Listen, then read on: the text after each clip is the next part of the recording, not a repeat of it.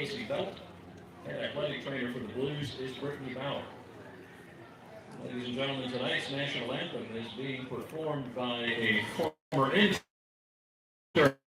of ours, the Blues, Alyssa Ramazzotti. I ask you at this time to please stand and remove your hats. Alyssa.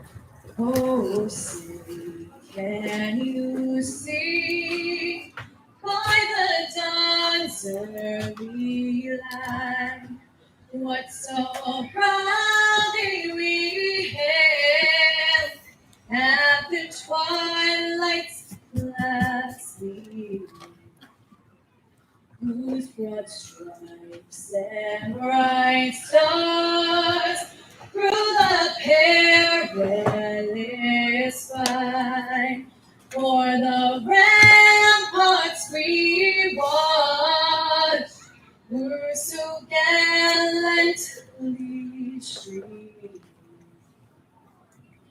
and the rocket's red glare, the bombs bursting in air, gave proof through the night that our flag was still there.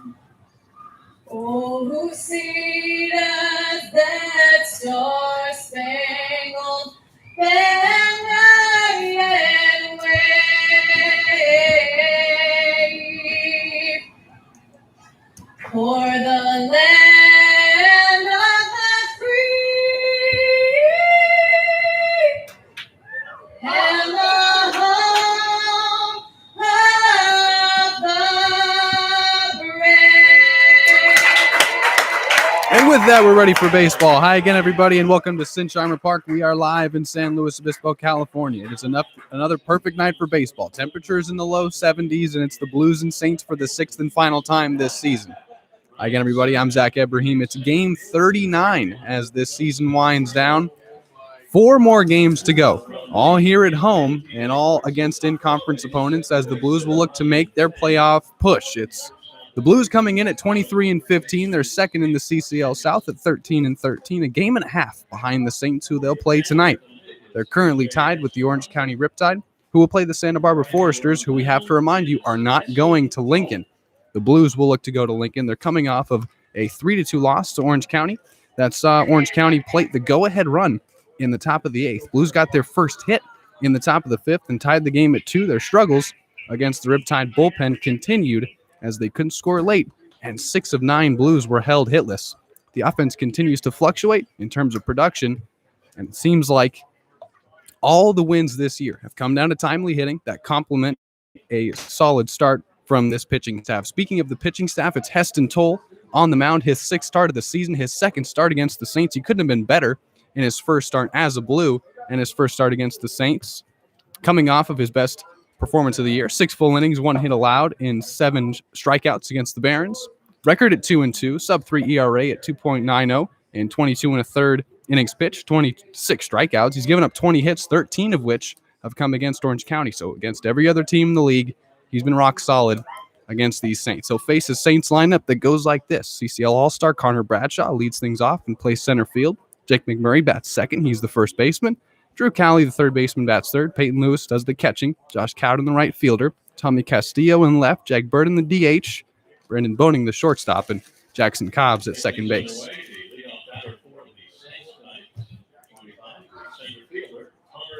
Here's Bradshaw to lead things off against Toll. Bradshaw with the average, a scorching 394 coming into play tonight. That's tops in the CCL.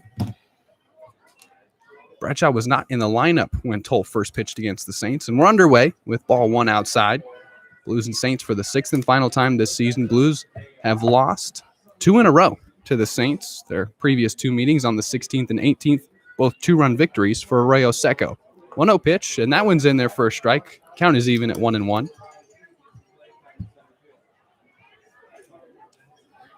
Bradshaw, a sophomore at Pepperdine,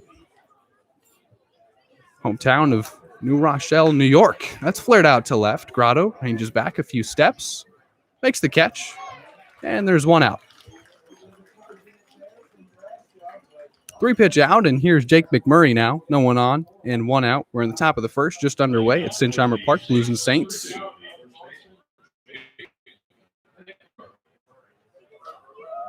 Toll, high strikeout numbers in his 6 appearances, 26 combined strikeouts, has only walked 4 men. Here's the first pitch to McMurray.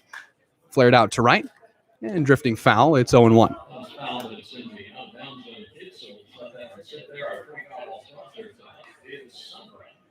Toll in his first start as a Blue, which came against the Saints in Pasadena, went 4 full innings, picked up the win, only allowed 2 hits, did not walk a man, and struck out 6.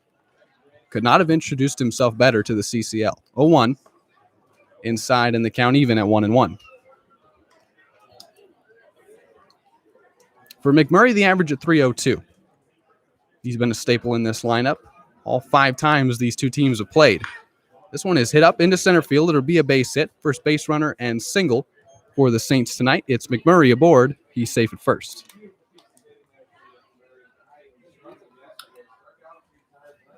And here's Drew Cowley, a junior at Cal Poly Pomona, hometown of Upland, California. He's their 3rd baseman, CCL All-Star. That was the defensive player of the game in the showcase game in Compton. His first at-bat, taking strike 1 from Toll. And on first is McMurray. He's aboard with a single. Cowley stands in for the first time tonight.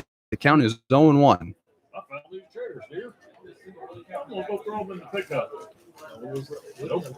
Toll's 0-1. Grounded. Up the middle. Fenn has it this time. Tosses to Mercado. And they'll say that McMurray is safe. Going for the force out at second. Unable to get one out. And here comes Bob Miller. Disagreeing with the call right away. Trots out to have a word with an official. And this one has been underway for less than 5 minutes and already an egregious disagreement. Cowley is safe at first, but Bob Miller making it known that he feels McMurray should have been out at second. Instead, he'll be safe there. They're not going to overturn the call, and it's runners on first and second with just 1 out in the top of the first for Peyton Lewis.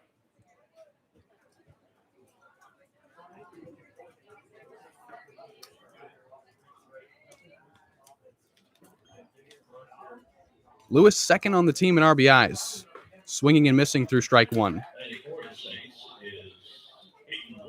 A senior at Texas State University, the average at 229 for Lewis.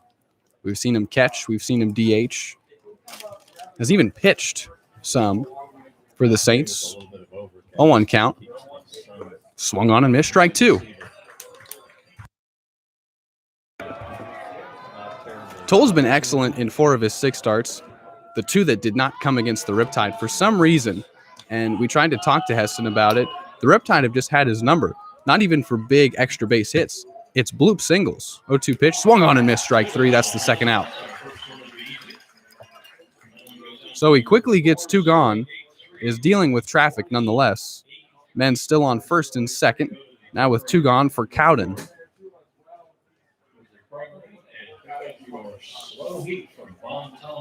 Cowden, another CCL All-Star on this Saints roster. Saints are the 1 seed in the South. We have to mention they come in with their record at 19-13. They've lost 3 in a row, but still are the 1 seed in the South if the season was to end tonight. Swung on and missed, strike 1.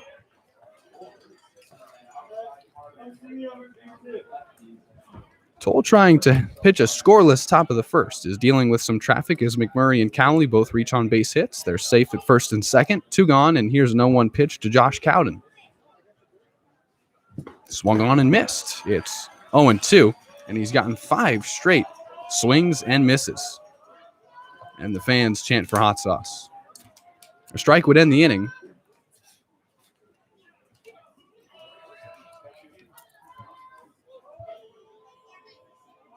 Toll checks second and deals an 0-2.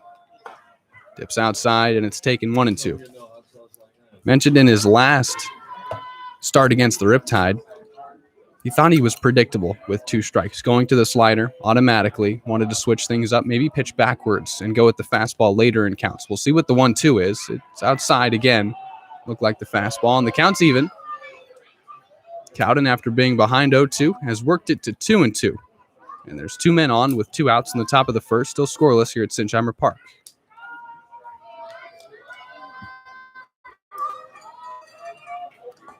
Dipping low, and now the count's been worked full.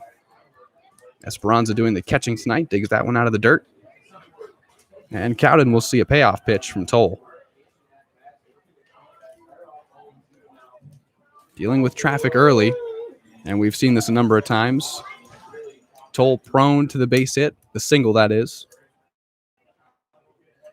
Here's a payoff pitch. This one's grounded to Fenn. Toss to first. The inning is over. Saints threaten for a moment, have men on first and second with just 1 out. Toll sets the next 2 men down, Lewis and Cowden via the K, and they ground out to second. And it is indeed a scoreless top of the first, pitched by Heston Toll. We will work our way now to the home half of the first, as we are just underway in a scoreless ball game.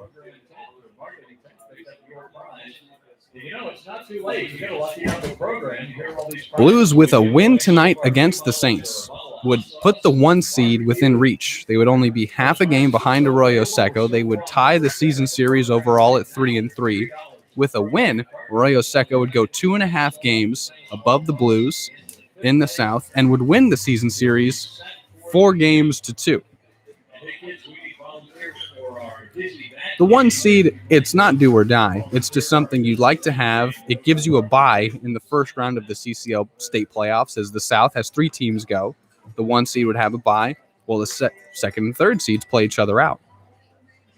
So instead of starting on the 4th, whoever finishes as the 1 seed, playoffs would start on the 5th. Tommy Hannon toes the rubber and takes the mound for the Saints. This will be his 9th game, his 9th appearance, that is. This will be his first start. And curious to see how long they'll pitch him. He's come in to give 4 innings of relief. That's the longest he's pitched in a ball game in what was an 11-run victory against the Barons. We'll face a Blues lineup that goes like this. Ryan Cermak leads things off. He's the center fielder. TJ Clarkson in the 2 holes, the first baseman. Mason Grotto plays left field and bats third. Austin Shell, who's been red hot against the Saints, will document that. He bats cleanup and is the DH. Tate Samuelson, the third baseman, bats 5th. AJ Esperanza bats 6th. He'll do the catching. Justin Trimble plays right field. Ryan Fenn, the second baseman. And rounding things out, Ruben Mercado is in the 9 hole and playing shortstop. Cermak to lead things off when we come to the bottom of the first. Hannon has a 1-0 record, has not given up an earned run this entire season. He's only given up 9 hits in 15 2/3 innings pitched. Impressive stat lines, albeit in limited work. 24 strikeouts to 5 walks, actually slightly mirroring the output of Heston Toll, who's got 6 more innings pitched under his belt. Now 7 after he pitched a scoreless top of the first. Hannon, a junior at Cal Berkeley, 6'1" right-hander, hometown of San Marino, faces Ryan Cermak as the bottom of the first is underway. Cermak, a junior at Illinois State, hometown of Clarendon Hills, Illinois.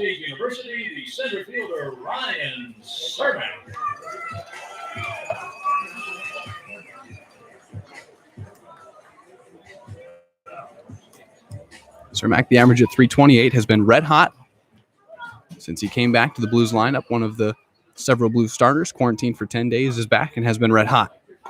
Taking strike 1 from Hannon.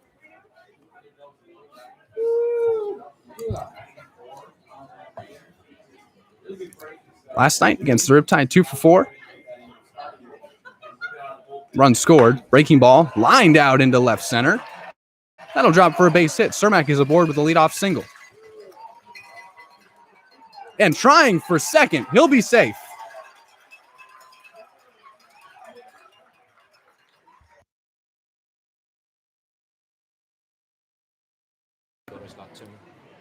He hit it to the point where it was in such shallow left center that he tried to turn a single into a double, and he did just that as he's in there, safe.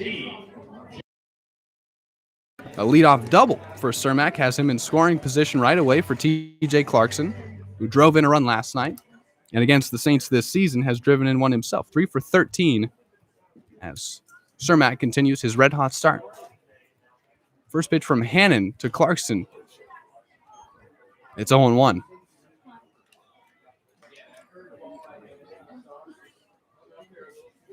Mentioned it earlier, Hannon has not given up an earned run this entire season. Blues threaten right away with a leadoff double from Cermak, and Clarkson standing in. There's no outs in the bottom of the first. Throw into second is high, and Cermak is still safe there.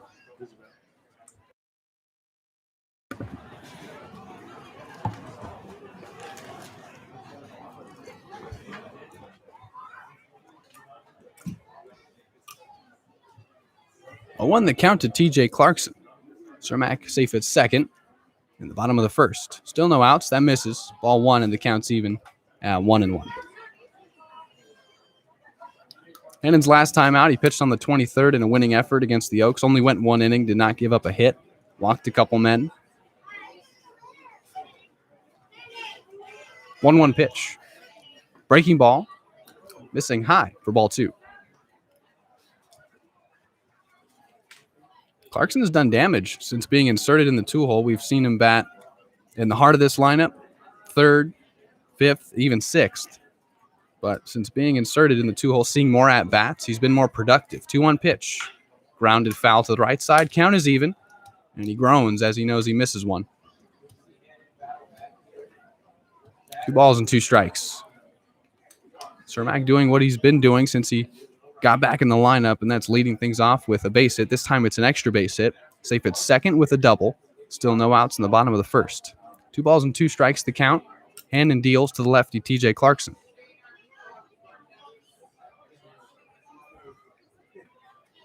Cermak. Strike 3 is called. And Clarkson is down looking. That's the first out. Here comes Grotto. For the Blues, number 15, the left fielder from Fresno State, Mason Grotto. Grotto, who leads the team in almost everything. Average, hits, doubles, leads the league in RBIs. Stands in with Cermak at second. And just 1 gone in the bottom of the first. We're still scoreless here at Sinsheimer Park on the season. Grotto has done damage to the Riptide. 6 for 16, 3 RBIs, couple walks. Hitting for power. Hannon deals ball 1. It gets away. Cermak's taking third. And he'll stay put there. And the first run for the Blues, first run of this ball game, is 90 feet away. Early wild pitch from Hannon gets away. Cermak, who let things off with a double, advances on the wild pitch. Safe at third now. And Grotto, of course, took ball 1. Stands in to see a second pitch. Senior at Fresno State. Batting third and in left field, where we've seen him for the past couple weeks. Checked his swing and took ball 2. So RBI 40 for Grotto on a silver platter. They called it a strike. It's 1-1. Well, why didn't he motion? Oh, he did. Okay. 1-1. Grotto swinging and missing. That's a strike. It's strike 2. Count is 1-2.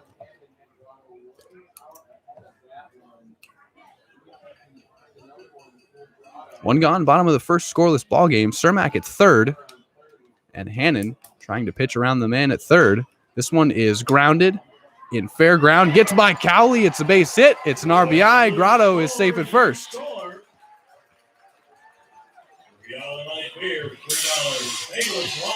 It's 1-0 Blues here early. RBI 40 for Mason Grotto. Gives the Blues their early 1-0 lead. He scores Cermak from third. He is safe at first. Still 1 gone in the home half. Blues with the early lead against Hannon. It's his first earned run he's given up all season, and this is his 9th appearance. His first start, of course. Now has to face Austin Shell. Getting a break from fielding, and we'll just worry about the bat today. He's the DH. It's flared out to right. That's a base hit for Shell. Grotto rounds second. And we'll head back into second as he thought about going to third. We'll stay put there. It's a single for Shell. And there's men on first and second with 1 out. Saw the Saints have this situation. Blues have already capitalized to plate a run. We'll see if Tate Samuelson can continue the hit party. It's 3 early for the Blues, a double and 2 singles. 1 run has scored. There's men on first and second with just 1 gone in the home half. Here's Samuelson now.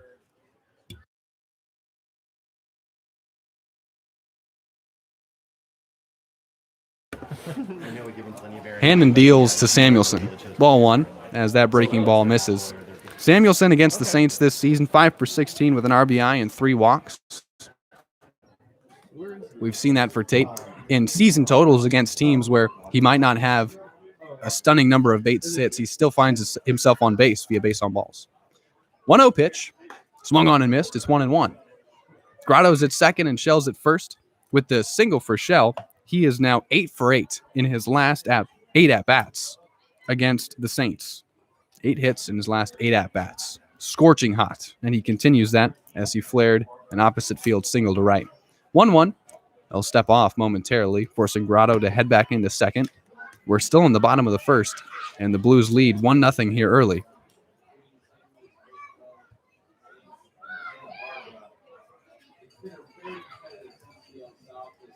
One ball and 1 strike. Samuelson taking a pitch that misses for ball 2.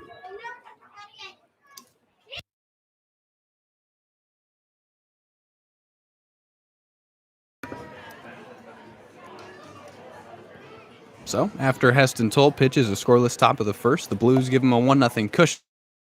Can they make it? That misses for ball 3. Count is 3-1 to Tate Samuelson, third baseman, hometown of San Diego. Local kid, plays his baseball at Cal Poly SLO, second season with the Blues. His first was 4 years ago. Loved it so much, decided to come back. 3 balls and 1 strike. Fouled back and out of play. Count will be full.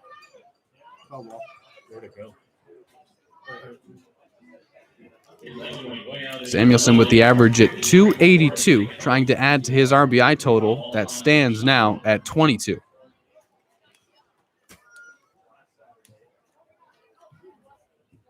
Grotto at second, Shell at first. Here's a payoff pitch. It's swung on and missed for strike 3, and that's a huge second out. Second strikeout for Hannon. And it's strikeouts 25 and 26 for him this season. That brings Esperanza to the plate.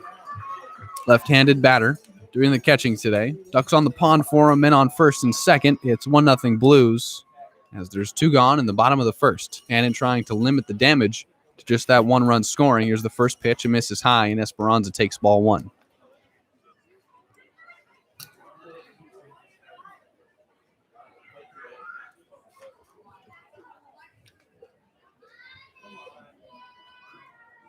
Both outs in the inning have been strikeouts for Hannon.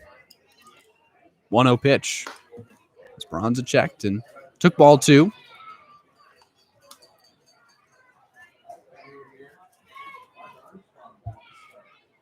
Grotto at second, drove in first run of this game. Drove in his 40th of the season, continuing to lead the CCL. Speed at second for Grotto, 2-0. Esperanza taking strike 1.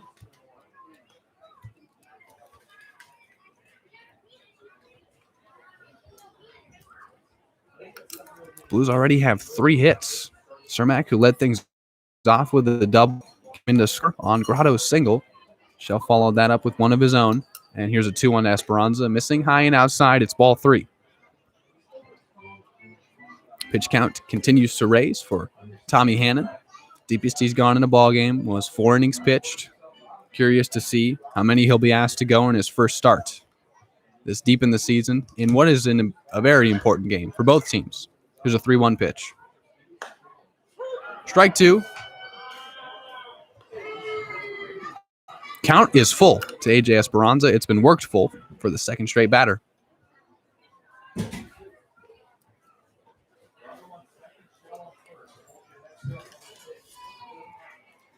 Hannon delivers a payoff pitch. That's ball 4, and the bases will be loaded for Justin Trimble.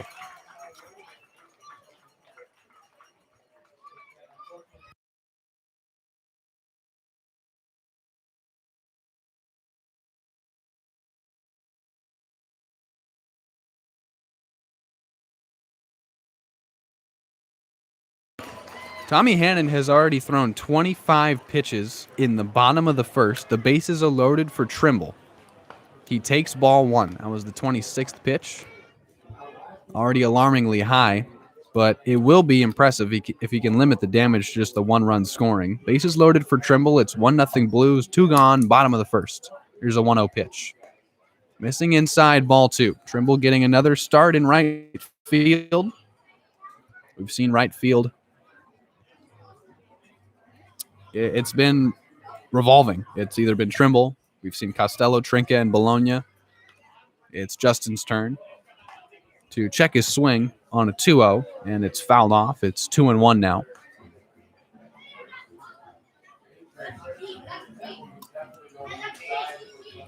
Trimble's only RBIs this season, he's got 3, have been go-ahead runs to either win ball games or tie. 2 balls and 1 strike. Trimble taking low, ball 3, and Hannon on the doorstep of walking in a second run for the Blues. Justin Trimble will look down and get a sign from Bob Miller as he steps into the left-handed batter's box. It's Grotto at third, Shell at second, and Esperanza at first. Here's a 3-1 pitch. Fouled off, and it's 3-2. Had the green light, worked the count full now, and that's for the third straight batter, that it's been worked full.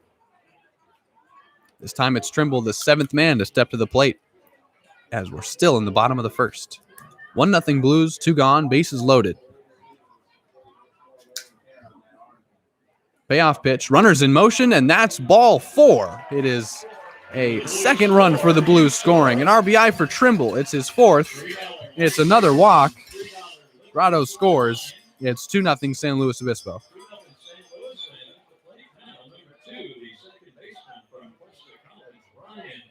Here's Fenn now. Base is still loaded for him. Everyone moves 90 feet.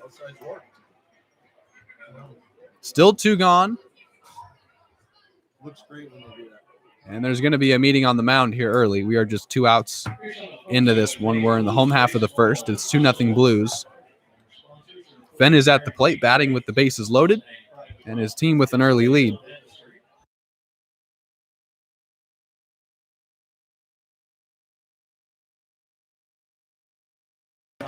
Blues have jumped on the Saints early, and it's something they failed to do in the previous 2 meetings, both on the 16th and 18th of July, losing by the score of 5-3. In both ball games, the Saints would jump out to early leads like the Blues are doing here and eventually hold on. Whether the Blues would play 1 run late or 2 runs late, it would not be enough, as they have lost twice to the Saints. With a win tonight, as mentioned, would be half a game out of the 1 seed in the South, and with a loss would drop to 2.5 games outside of the 1 seed in the South, with just 3 games remaining, all at home, obviously, against the Conejo Oaks and the Academy Barons twice on Saturday and Sunday. This is a biggie, and they're playing like it. Fenn, with the bases loaded, bats with 2 outs, and his team ahead 2-0. Taking ball 1. We asked the question of how deep Tommy Hannon would go in this ball game. Obviously, it always stems on how effective and efficient you are as a pitcher. He has been neither here in the bottom of the first. 1-0 pitch to Fenn. Taken for ball 2. It's Shell at third, Esperanza at second, and Trimble, who worked an RBI walk, safe at first. Base is still loaded for Fenn. His first at-bat, the 8th man to come to the plate in the home half of the first. 2-0 pitch. That's a strike, and it's 2-1. No at-bats with runners on have been quick for the Blues. They've been lengthy. They've been taking balls, waiting on their pitches, and back-to-back at-bats for Esperanza and Trimble. They did not see one that they liked too much. 2-1 to Fenn. That misses again for ball 3 on the doorstep now, walking in a third possible run with the bases still loaded.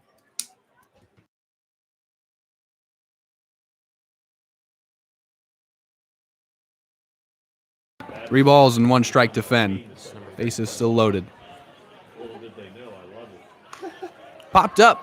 Infield will have a look. It's McMurray down the right field line that makes the catch with the bases loaded. And Fenn is indeed the 3rd out, popping out to first. Blues plate 2 in an eventful bottom of the first. And after 1, it's 2-0 San Luis Obispo. Tommy Hannon threw 35 pitches in his first inning of work. Heston Toll worked around 2 singles, pitched a scoreless top of the first. We'll see if he can do it again and follow that up in the top of the second, now pitching with a 2-run cushion. I'm going to take a short break, and I'll be right back with you. Thanks for making Blues baseball part of your Wednesday evening here on the Blues Streaming Network. I'm going to take a short break. I'll be right back with you. Thanks for hanging out.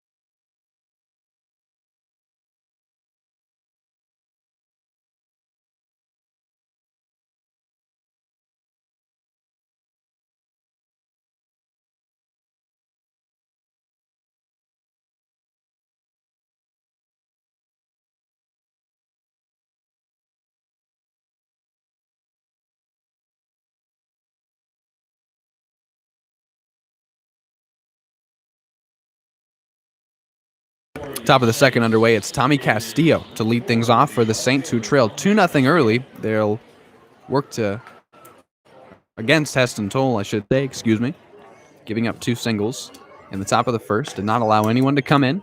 Struck out 1 man. That was his 27th strikeout of the season for Heston. Deals ball 1 to Castillo. Top of the second underway. It's 2-0 Blues. Here's a 1-0 pitch. Fouled off the mask of Esperanza. It fell off his face, and the count is even at 1-1.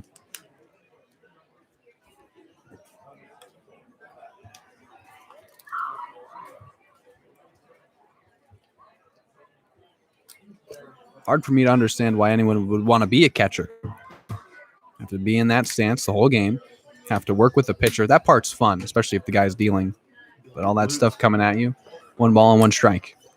That's just me, though. Breaking ball's fouled off. It's 1-2. Base side. Drops right in by the fence. Scramble forward.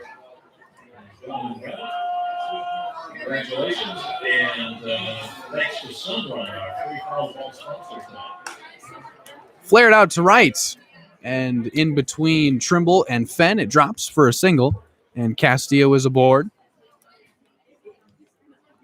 Leadoff man reaching for the Saints in the top of the second. It's the 3rd hit allowed by Toll. All 3 have been singles, and we've seen this story before.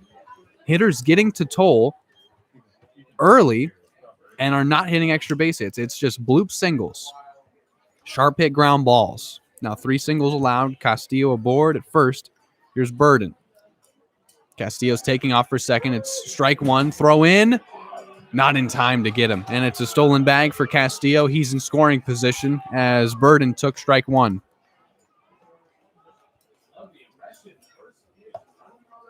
So we've seen the Blues steal bases against opponents like the Riptide and Barons. Now they're playing the Saints, and they're trying to do it to them. Obviously, down early, you understand that you want to put a runner in scoring position on with no one out. They've done so here. Castillo let things off with a single, steals second. Here's no one pitch to Burden. It misses for ball 1.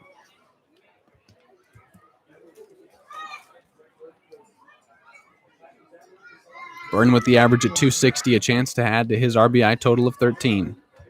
It's 2-0 Blues. We're in the top of the second. There's nobody out. Toll checks second twice. Here's a 1-1 pitch. Burden shows bunt and pulls away, taking ball 2. Burden DHing. This is a guy who has not had a lot of success against the Blues this season, but not having to worry about playing any defense. We'll just worry about the bat today, and a chance to contribute early with a runner in scoring position. It's Castillo at second. Here's a 2-1 pitch to Burden. It's popped up and out of play. It's 2-2. Blues sent 8 men to the plate in the bottom of the first. They would plate 2 runs. 3 batters would bat with the bases loaded.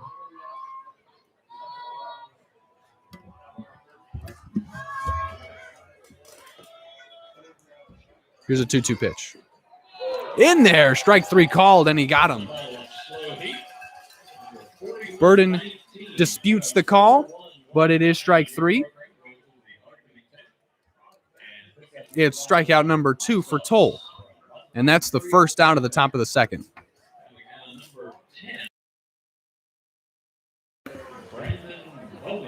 Here's Boning now to bat with Castillo at second, and one out in the top of the second. Boning's first at bat of this one, swinging and missing through strike one from Toll.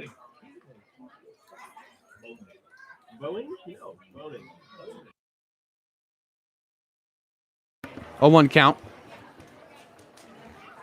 Average at 267 for Boning. Checking second twice and now dealing is Toll. Missing for ball one, count even now. One gone, top of the second. Castillo, who singled to lead things off, stole second, is in scoring position now for Boning with one gone. It's 2-0 Blues. Here's a 1-1 pitch. Breaking and in there for strike two.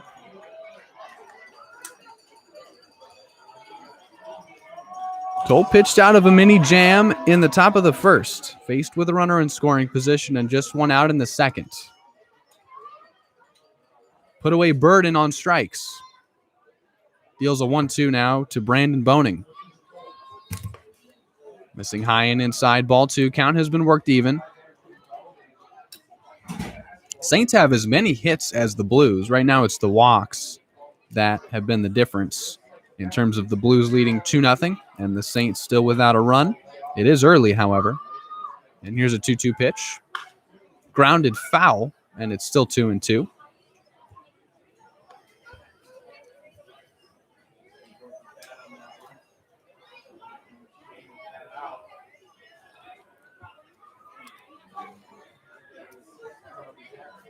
Boning's going to get a new bat.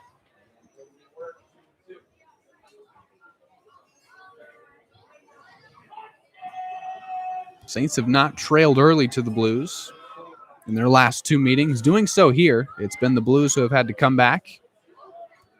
Were forced to do so last night, would tie the game at 2, but give up the go-ahead run in the top of the 8th to fall 3-2 to Orange County. Trying to protect the early 2-0 lead here in the second. Got him swinging. And Esperanza held on to that one for strike three. And Castillo is still safe at second. Toll just got his third strikeout. Strikeouts of Burden and Boning have two gone in the top of the second. Here's Jackson Cobb.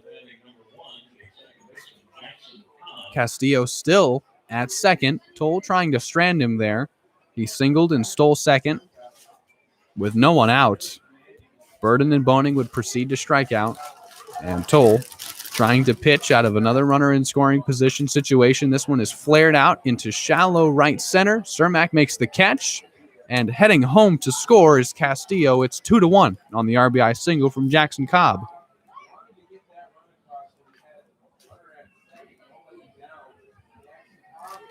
So they are able to plate one. Castillo is not stranded at second. He comes in to score on a soft hit single to center by Cobb. It's the fourth hit allowed by Toll. It's the fourth single. It continues to be death by 1,000 cuts against Heston Toll. Still comes in with his sub-3 ERA, but damage is done here by the Saints in the top of the second. It's 2-1 now. Here's Bradshaw. Throws over to first, and Cobb is still safe. Bradshaw 0 for 1 with a fly out to left.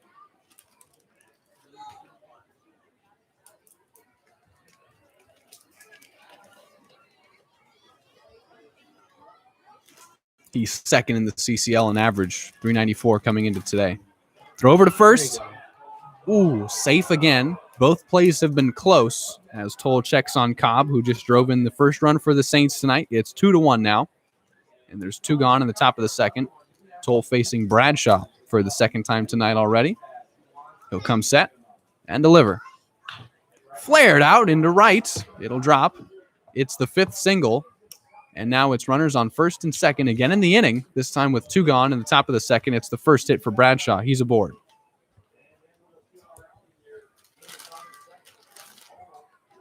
Lined into right. And that brings McMurray already 1 for 1 against Toll tonight.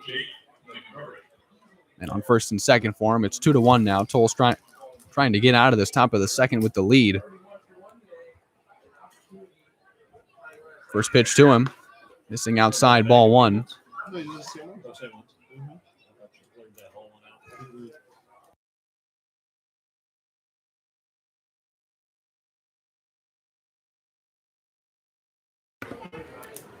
Staring down Cobb at second. Here's a 1-0 pitch. Popped up in shallow right. It's going to be Trimble for it. He'll make the play, and that'll retire the side. Not before damage is done. Toll gives up 3 singles in the inning. The Saints played a run and cut that deficit in half already. It is 2-1, still in favor of the Blues. We're going to head to the bottom of the second now, and we'll see if it's still Tommy Hannon out there or if they already deploy a new pitcher. We'll have the answer for you when we come back. Bottom of the second, about to be underway. It's 2-1. Don't go anywhere. Thanks so much for making Blues baseball part of your Wednesday evening. I'll be right back.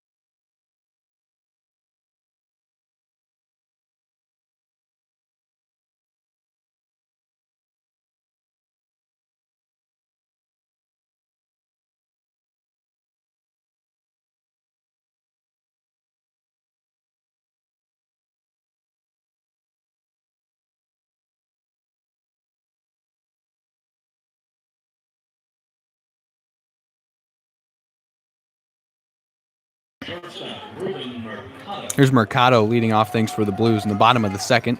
It is 2-1 in favor of San Luis Obispo. Tommy Hannon is indeed out there to pitch his second inning of work.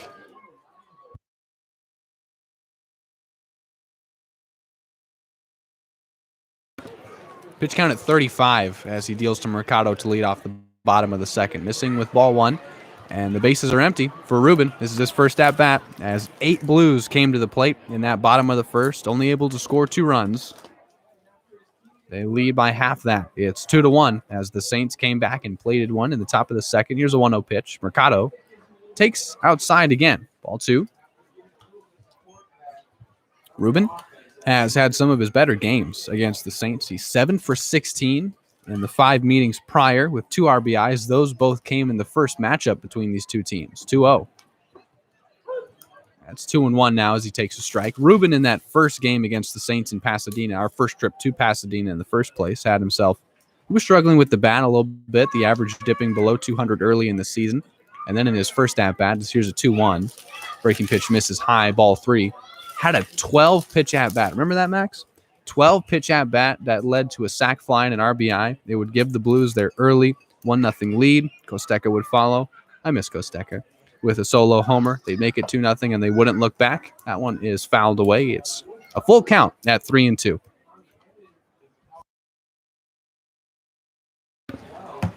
Halfway 12 pitches. He is halfway to 12 pitches. He's seen 6, and the count is full. It's 3-2 to Mercado, leading off the bottom of the second, with the Blues leading 2-1. Here's a payoff pitch from Hannon. Grounded to Boning at short. Takes a hop on him, gunning to first, and that's the first out. Mercado down, grounding out to short. Here's Cermak, who led things off with a double. Would come around to score on a Grotto single.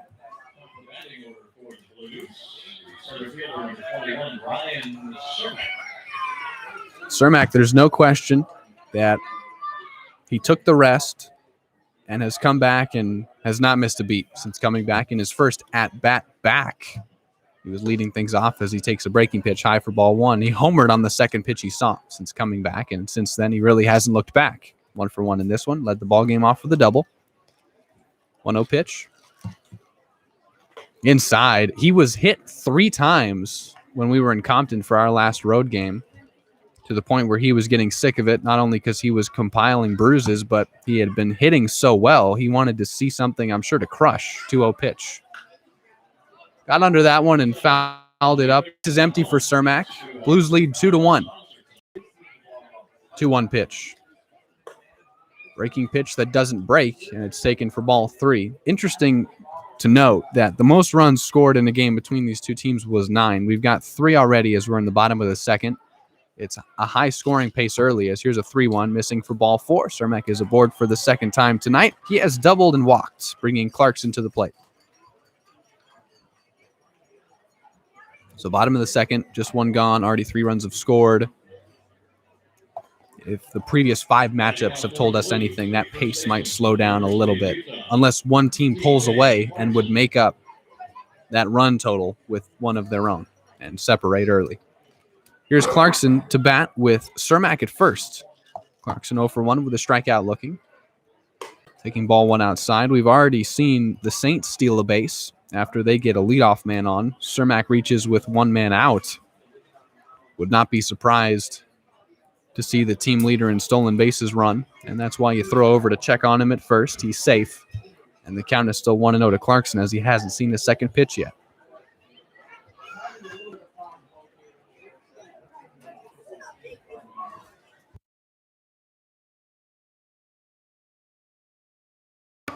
Cermak's running. Ball 2. Throw into second. Not in time. He's in there safely. And did I call it? He's safe at second with a stolen base after working a walk.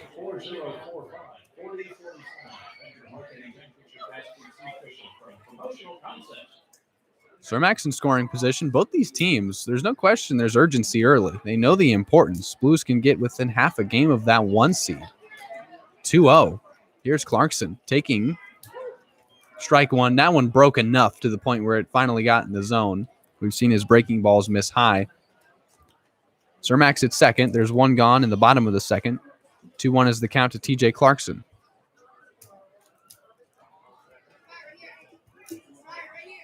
Ball 3. Struggling with command here early. Would not be surprised if Hannon is asked to get out of this inning, and that's all we'd see from him, as the Saints have a pitcher warming up. Right-hander. 3-1 pitch to Clarkson. Strike 2. Went with a breaking ball on a 3-1 count and was able to feather it in for strike 2. Count full for the second straight batter. This time it's TJ Clarkson batting with Cermak at second, and 1 gone in the bottom of the second. It's 2-1 Blues. Here's the payoff pitch. Ball 4, and Clarkson has worked a walk. He leads the team in that category. So he's aboard now with base on balls, and it's him and Cermak on first and second for Grotto. Already 1 for 1 with an RBI single.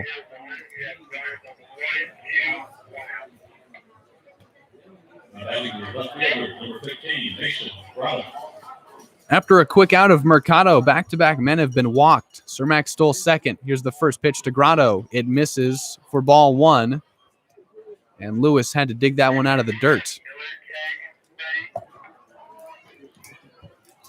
1-0 the count to Mason Grotto.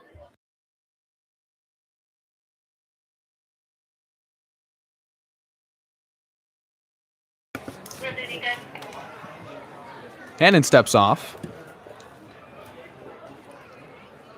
You've got speed on second with Cermak. His stolen base was his team leading 13th. For Clarkson, his walk, his team leading 20th. 1-0 pitch. Cermak dances, and Grotto takes ball 2. Pitch count continues to soar and rise for Hannon. He'll have to face Grotto, and if he gets him out, Shell in the heart of this order. 2-0 pitch. Grotto taking high, ball 3, and Hannon in danger of walking the bases loaded, excuse me. You can work them loaded, walk them loaded, whatever you want. There's men on first and second that both reached on base on balls. Grotto awaits a 3-0 pitch. Will he let loose? No, he'll take ball 4, and the bases are loaded for Shell. Well, I was right. 3 straight walks, and here comes the manager for the Saints. Hey, folks, the players tonight are wearing the 75th anniversary replica jerseys. Bases loaded with 1 out for Austin Shell. Jersey worn by a Blues player on the field. If you'd like some information on Doesn't look like they're going to change pitchers right now. No, they are. The night is done for Tommy Hannon. He gets through an inning and a third. He's responsible for everyone on base. And we'll introduce you to the new Saints pitcher when we come back. Bottom of the second, still underway. Bases loaded for Austin Shell when we come back. It's 2-1 Blues. Thanks for hanging out.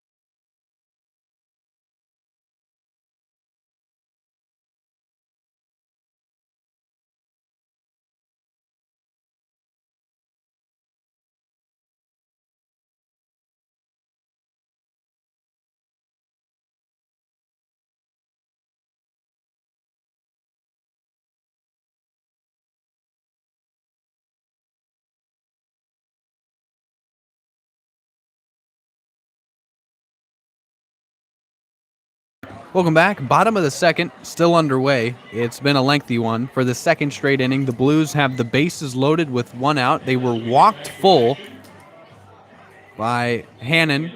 His day is done, and now we'll welcome a right-hander, a 6-foot right-hander out of Katy, Texas. He goes to the University of Texas San Antonio, a teammate of Ryan Ward's. His name is Kyle Sunduck, and he comes in, record of 2-0. This is his 10th appearance, sub-1 ERA at 0.42. 21 in the third innings pitched. He's got a save under his belt, and he's coming off of 2 straight appearances against the Oaks and Barons in which he did not give up an earned run on 3 hits in 5 full innings pitched. Tough situation to come into. Bases loaded with 1 out against the hottest Blue against the Saints. Austin Shell, 1 for 1 in this one. In his last 8 at-bats against the Arroyo Seco Saints, he's 8 for 8. It's 2-1 Blues. Strike 1. Something we did not say with Hannon on the mound, delivering first pitch strikes. Blues would work counts full. They would work walks, as they have at Cermak at third, Clarkson at second, Grotto at first. Here is Shell. Bases loaded for him. RBI's on a platter here. 0-1 pitch. Grounded to Cowley, and he'll go home with it. They'll take the force out there, and then double play on first. So the hottest Blue against the Saints, Austin Shell, it goes 5-2 to 3 for a double play to end the inning with the bases loaded, as there was only 1 out. And that ends the inning. Through 2, it is still 2-1 Blues, and we're left with thinking what could have been, as it's still a 1-run ball game, ending over on the double play. And Heston Toll will toe the rubber again in the top of the third, facing the Saints. They've gotten to him for 1. They'll try to hold them scoreless in the top of the third. When we come back, I'm going to take a short break, and I'll be right back with you. Thanks so much for making Blues baseball a part of your Wednesday evening. I'll be right back. Don't go anywhere.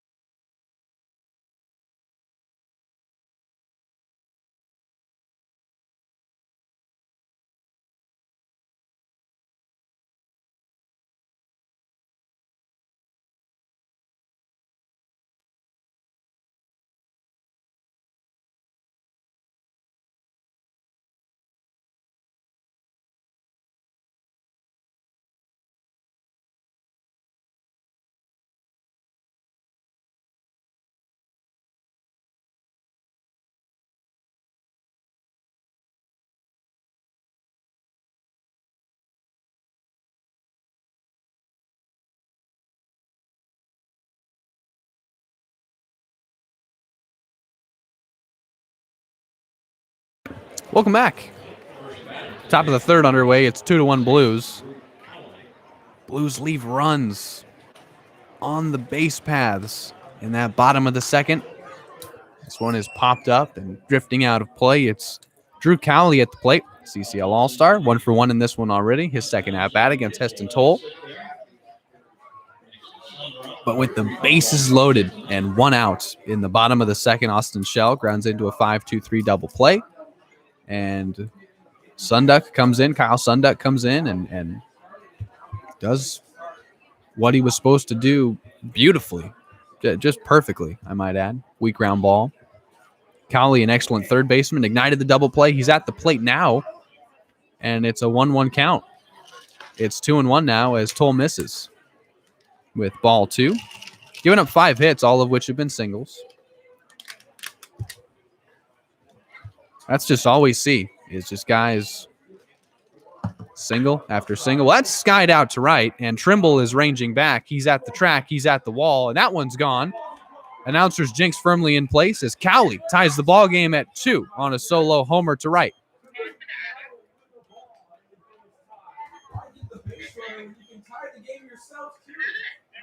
He is 2 for 2 with a single and a solo homer off of Toll. We are tied at 2, and there is still no one gone in the top of the third. Here's Peyton Lewis now 0 for 1 with a strikeout.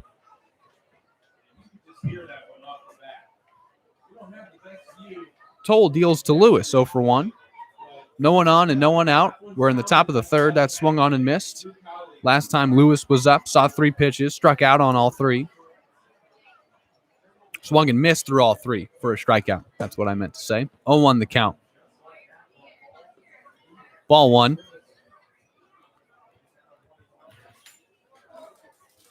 So it's the first extra base hit of the Saints. Just as I was talking about how all they could do is single. This one's ripped into right, drifting foul. It's 1-2. Lewis at the dish in what is now a tie ball game at 2-2. Blues unable to capitalize and plate more in the bottom of the first and bottom of the second. Saints come right back, and their all-star, Drew Cowley, as Lewis takes ball 2, kills one to right, ties us at 2. It's his 4th homer. That one is sent out to right. Trimble ranging, making the catch in fair territory, and that's the first out. Fly out to right of Lewis is the first out, and here's Cowden, 0 for 1. Base is empty for him as there's one gone in the top of the third. We're tied at 2 on a Drew Cowley homer. He homered last time the Saints were here.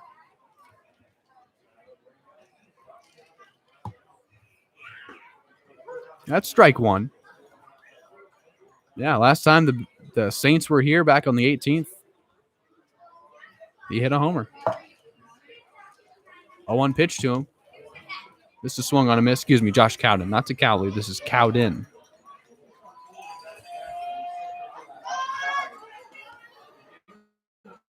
We're tied at 2 in the top of the third. 0-2 is the count to Josh Cowden. Ball 1.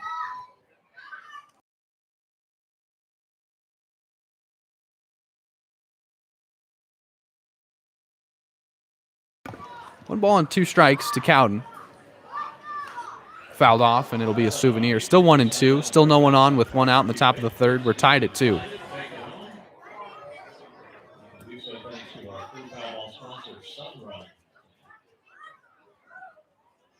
One ball and 2 strikes.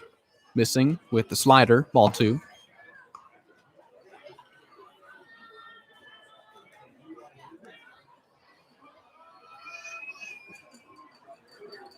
Two balls and 2 strikes.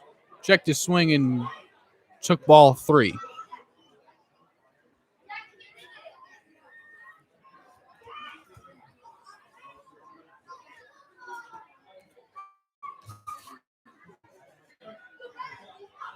Payoff pitch. Ball 4. Cowden aboard with the first walk allowed by Toll, just the 5th this season. Cowden safe at first. That homer by Cowley that has us tied at 2. The first home run Toll has given up all season. The entire season. This is his 6th start. This first home run he's given up.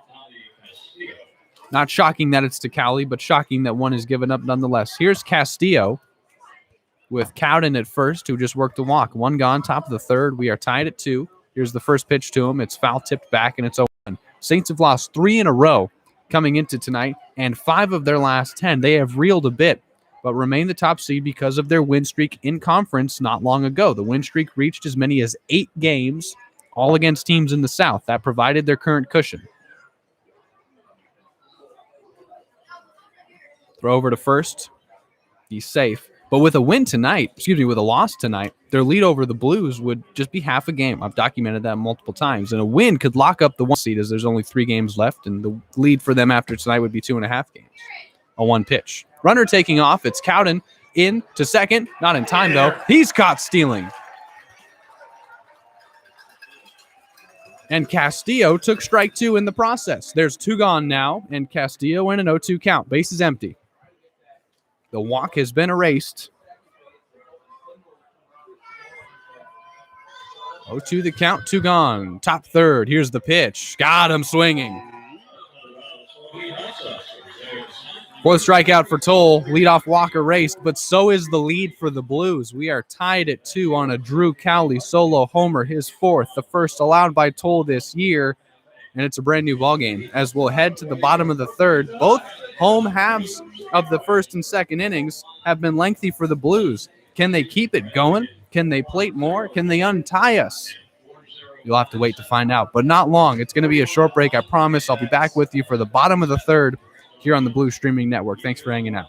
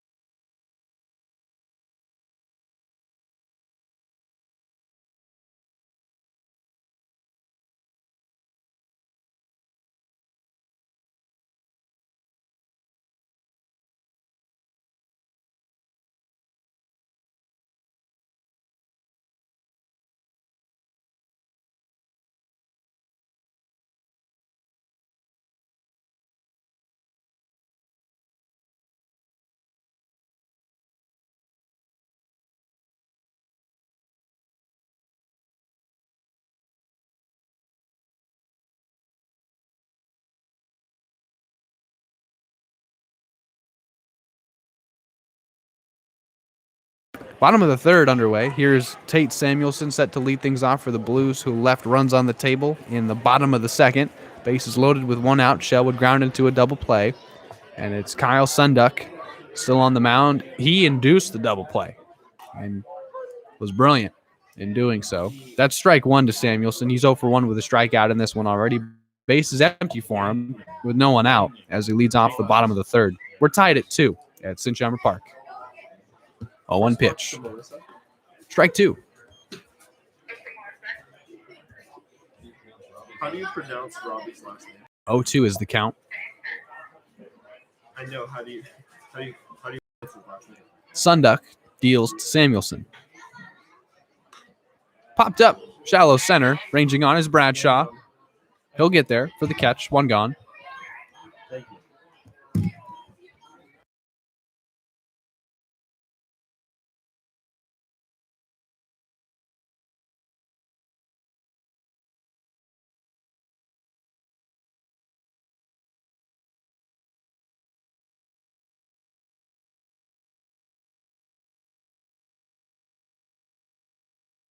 Esperanza worked the walk his first time up.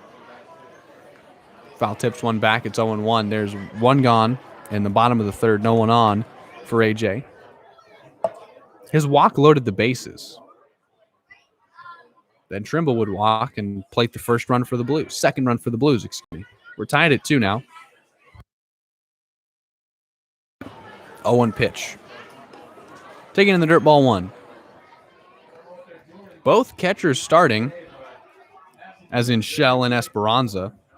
And that's 2 big bats that if you're Bob Miller and you want to give Vince Martinez a break, you're not missing much in terms of offensive production. 1-1. Hit out to right. Oh, it is caught on a line by McMurray. And he snags it for the second out.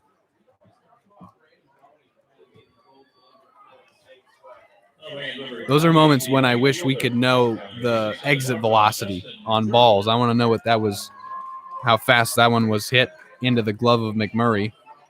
A loud second out as here's Trimble. RBI walk for him. Base is empty this time with 2 gone. That's strike 1. This is the exact opposite situation that Trimble walked into his first at-bat with the bases empty.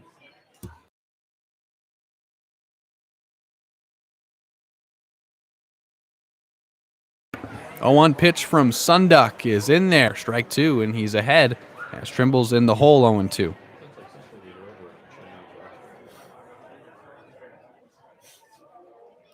We're tied at 2. Here's the 0-2 pitch. Missing outside, ball 1.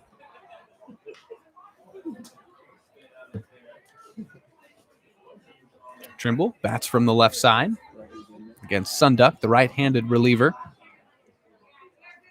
Pitching in relief of Hannon, who made his first start this season and couldn't get through the second.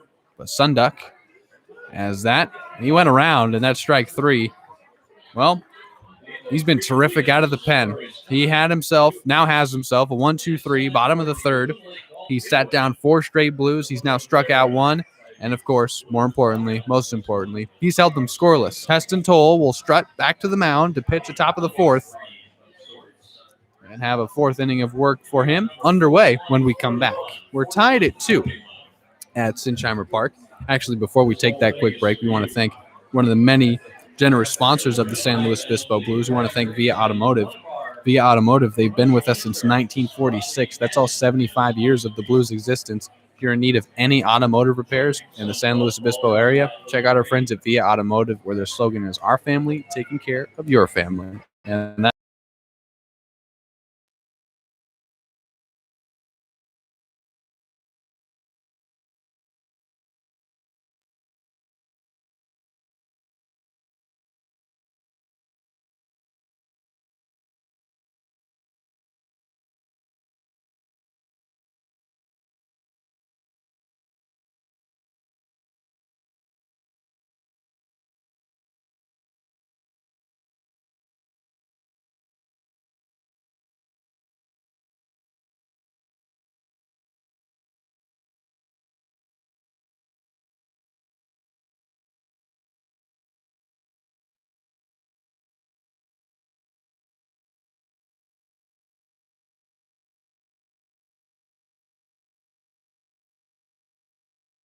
top of the 4th underway. Here's Jag Burden, 0 for 1 today already, taking ball 1. Showed bunt and pulled away.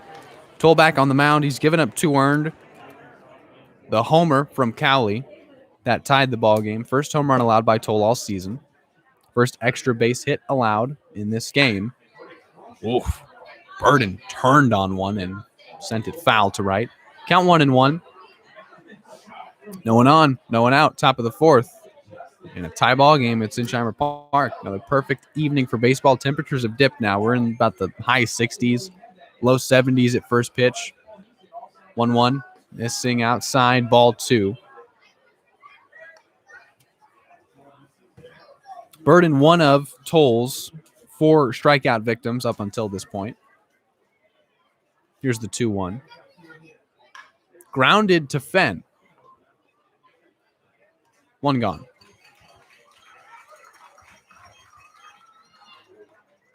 Here's Boning. Also 0 for 1 with the strikeout. Base is empty for him now with 1 gone.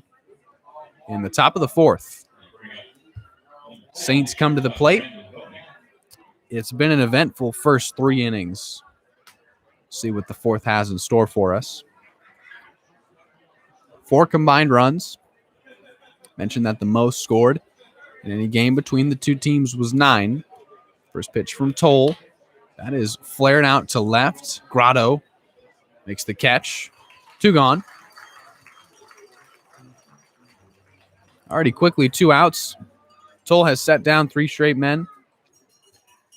Worked around the walk of Cowden in the top of the third after giving up the home run to Cowley. Since then, sat down 3 straight Saints and welcomes Cobb to the plate. Cobb plated the first of 2 runs the Saints have scored. That came in the top of the second. His RBI single made it 2-1. Cowley's homer made it 2-2. He bats with no one on and 2 outs in the top of the fourth. Facing Heston Toll from Arkansas. Grounded, foul down the right side. It's 0-1.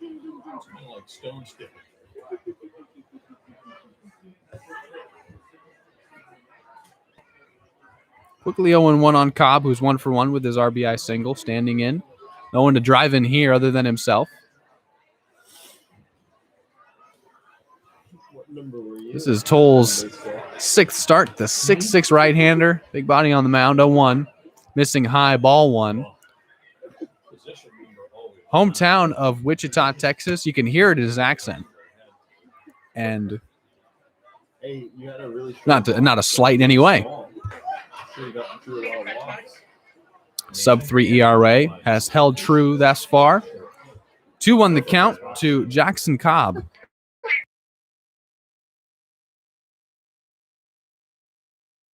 Popped up. It's in foul territory. It'll drop there as Samuelson and Grotto had to go a long way to try and make a play. They cannot. Count even at 2-2.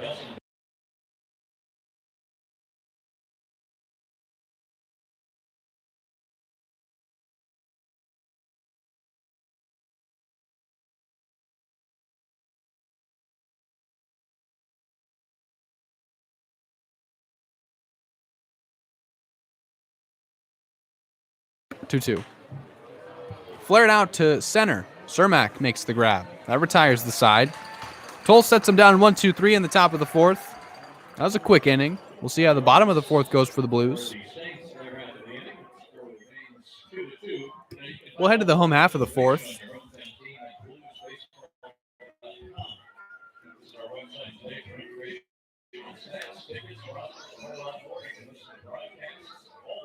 The Blues have had 8 base runners. They've walked 5 times. They have 2 runs. There has been a lot left to be desired. We're going to head to the bottom of the fourth with our score tied at 2. And we'll see what they have for us as Ryan Fenn is set to lead things off in the home half of the fourth. New pitcher on the mound as well. Excuse me, I won't get ahead of myself as I tend to do. We'll see if it's still Kyle Sunduck. If it is, it'll be Sunduck. If not, we'll introduce you to the new pitcher when we come back from the short break on the Blue Streaming Network. Thanks for hanging out.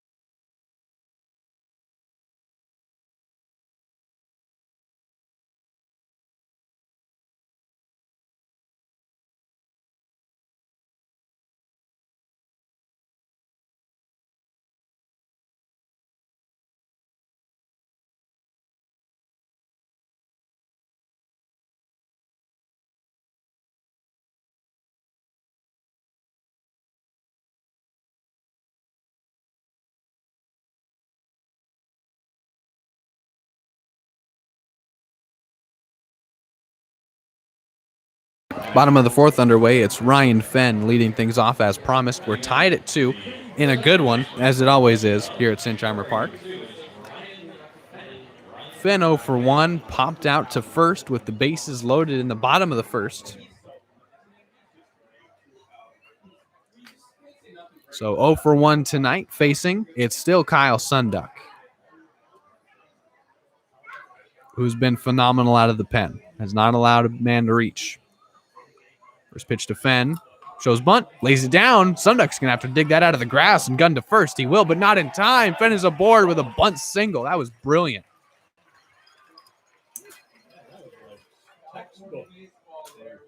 About as good as you can do it in what is believed to be a lost art in the sport of baseball. Fenn lays down a bunt to the left side, and it is a leadoff bunt single. Fenn is aboard. The average at Fenn coming into tonight, 217. That bunt single is his 11th hit. He's aboard now. Have to mention that he does have some speed, 3 stolen bags. We'll see if he runs or if maybe Mercado will lay down a second straight bunt. We've seen that before. Fenn takes off for second. Mercado takes ball 1 inside. It actually hit him. Advances to second.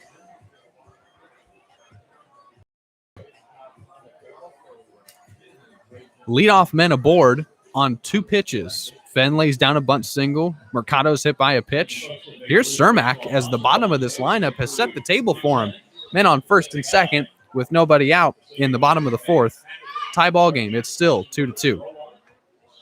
That double for Cermak in the bottom of the first that led off the Blues hitting. That was his 11th. Tied for Grotto now for the team lead. So Grotto does not lead the team in that category. Him and Cermak are tied.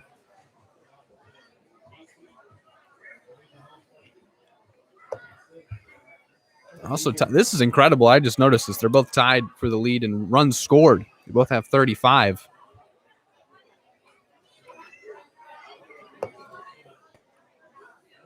Cermak with men on first and second and no one out. Here's the pitch from Sunduck. It's in there for strike 1. That's the 3rd pitch Sunduck's thrown in this inning, and there's already 2 men aboard.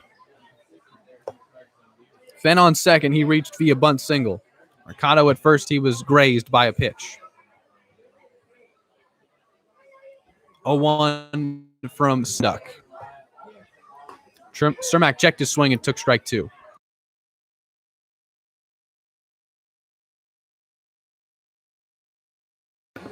So, again, it was a 1-2-3 bottom of the third, but now we're seeing the trend continue for the Blues in the bottom of the fourth with men on base and no one out. Here's an 0-2 to Cermak. Checked his swing and took ball 1. There's no question Cermak likes batting leadoff. No matter how his day starts, he knows he can finish better knowing he has 3 more at-bats coming. He's guaranteed almost 5. Guaranteed to get 5 at-bats. He loves knowing that. So far, he's doubled, walked, and stolen a base. 1 ball and 2 strikes. No one out. Bottom 4. Sunduck stares down Fenn at second and deals. Cermak takes low ball 2. Count even.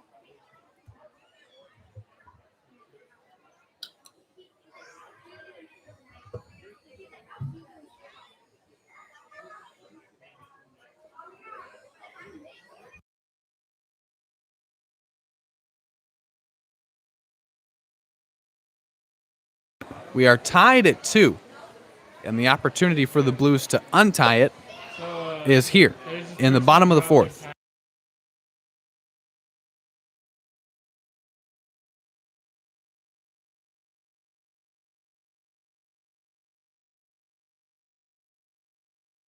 Two balls and 2 strikes to Cermak.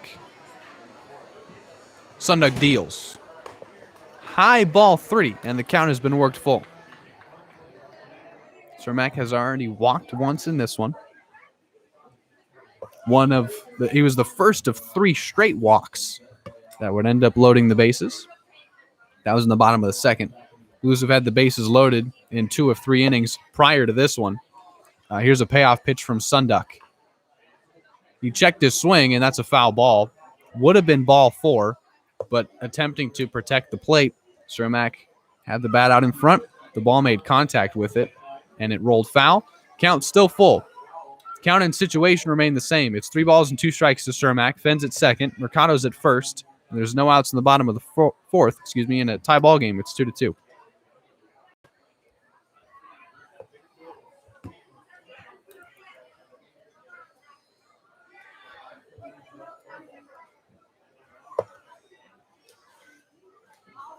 Second straight payoff pitch. Runners in motion. Fouled back. Again, Cermak protecting the plate. Both men in motion as the count was full.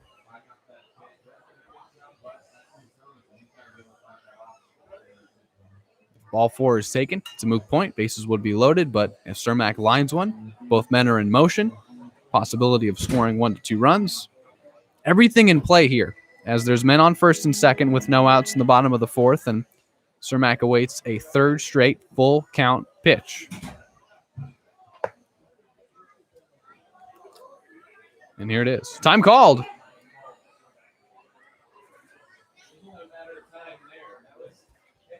That's Sunduck staring down Fenn. We see it from certain Blues pitchers. Evan Larson comes to mind when a runner is at second, and especially for these right-handers on the mound, they can just stare them down before they deal. Here's a 3-2 pitch. Hit out to shallow left center. It'll drop for a base hit. Fenn will score, and it's an RBI single for Cermak. It's 3-2 Blues.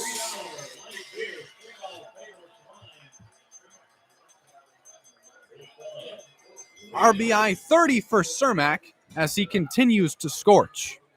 And he's safe at first with his single. Mercado advances to second. There is still nobody out in the bottom of the fourth. They've finally gotten to Sunduck. They've untied the game, and here's TJ Clarkson.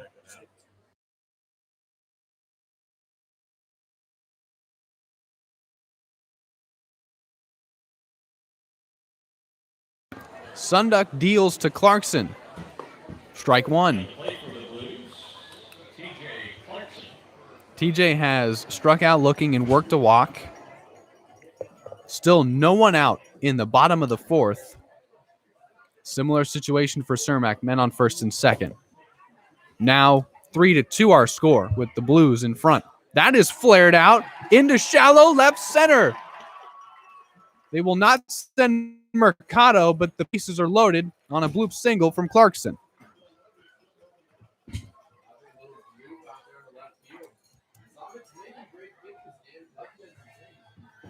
The bases are loaded for Mason Grotto. So far, 1 for 1 with an RBI single and has walked.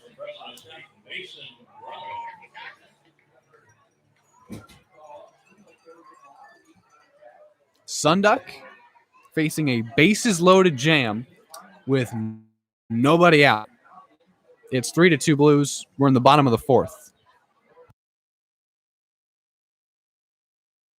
First pitch to Grotto. Strike one.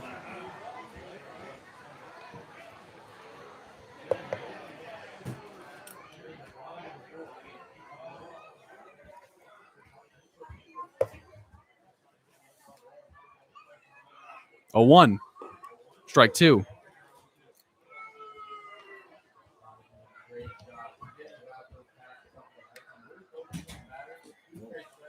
Nothing in 2 the count to Grotto. Bases loaded for him as the Blues have untied this game. It's 3-2. Here's no 2 pitch from Sunduck as the infield is tightly packed in. Grotto checked his swing and held. It's ball 1. The Blues have had the bases loaded in 3 of 4 innings. This is the first time they've had it without any outs. And they've already plated 1 on a Cermak RBI single. Now they're loaded with no one out for Grotto. The man that leads the league in runs driven in. 1-2 pitch from Sunduck. Popped up. This is in left center. It's caught by Bradshaw. Tagging is Mercado. He will score. It is RBI 41 for Mason Grotto. And it's 4-2.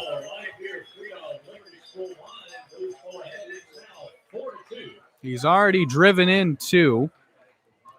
It's now 4-2. Men on first and second with 1 out for Shell. bring up Austin Shell. And Shell, the senior at Cal State Fullerton, doing the DHing today, saw a bases loaded and one out situation present him at the plate, in front of him at the plate, grounded into a double play. One out, bottom four. It's 4-2. Both runners in motion. It's inside. It hits Shell. Bases loaded again, this time for Tate Samuelson. It seems like everyone in this game before the night is done will get a chance to bat with the bases loaded. This time it'll be Samuelson's first.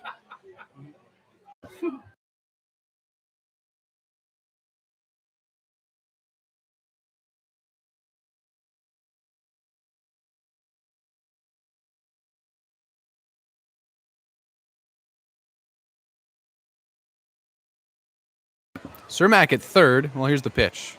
Checked his swing, and is that ball one or strike one? No, strike one. Foul ball. It's strike one. Cermak's at third. Clarkson's at second. Shell's at first. Bases loaded for Samuelson with one gone in the bottom of the fourth. It's 4-2 Blues. Here's the 0-1 from Sunduck. It's taken inside, strike two. Samuelson 0 for 2 tonight. Has struck out, swinging, and flown out to center.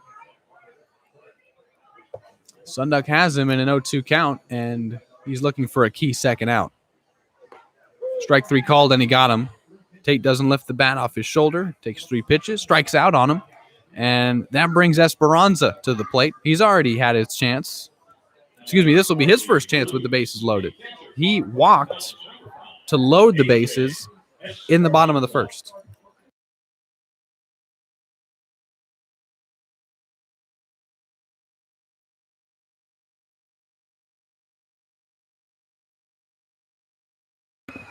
Now there's 2 gone in the bottom of the fourth for Esperanza.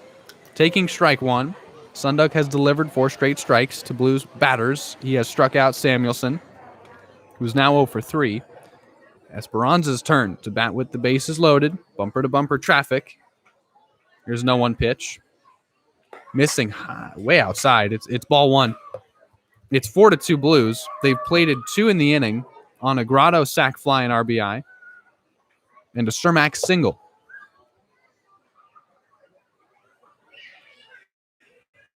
For Cermak, it was RBI 30 for Grotto, RBI 41. 1-1. Took strike 2. 1 ball and 2 strikes. Blues have untied it. Can they tack on more? 1 ball and 2 strikes. Esperanza chokes up on the bat in a 2-strike approach. Here's the pitch from Sunduck. It's flared out into left, and that'll be caught. Play made by Castillo, inning over. Bases left loaded again, but the Blues plate 2 to take the lead. It's 4-2. So, sandwiched in between 3 innings where the Blues have had the bases loaded, they've got a 1-2-3 inning in the bottom of the third. Other than that, they've had the bases loaded in 3 of 4 innings. They've plated runs in only 2 of them, and they lead 4-2. Heston Toll is going to strut to the mound and pitch a 5th inning of work. As we'll head to the top of the 5th, Blues lead 4-2. I'm going to take a short break. I'll be right back with you. Saints bats will have their chance to respond against Toll as the Dizzy Bat Race takes place. Enjoy. I'll be right back.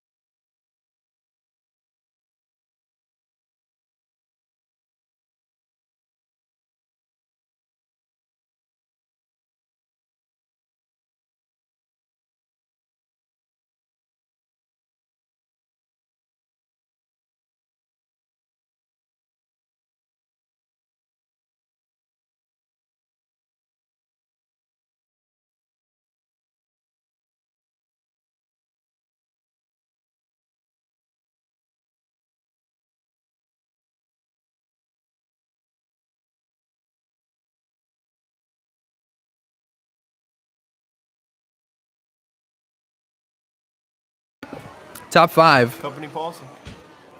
Toll still on the mound, deals to the top of the Saints order. It goes Bradshaw, McMurray, and Cowley. They've done damage to him up until this point. First pitch in there. Strike one, starts him with a slider, and that's what we saw from Toll. His last outing against the Riptide.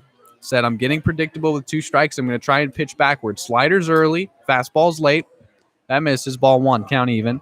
No one on, no one out for Bradshaw in the top of the 5th, and what is now a 4-2 ball game. Blues with the lead yet again.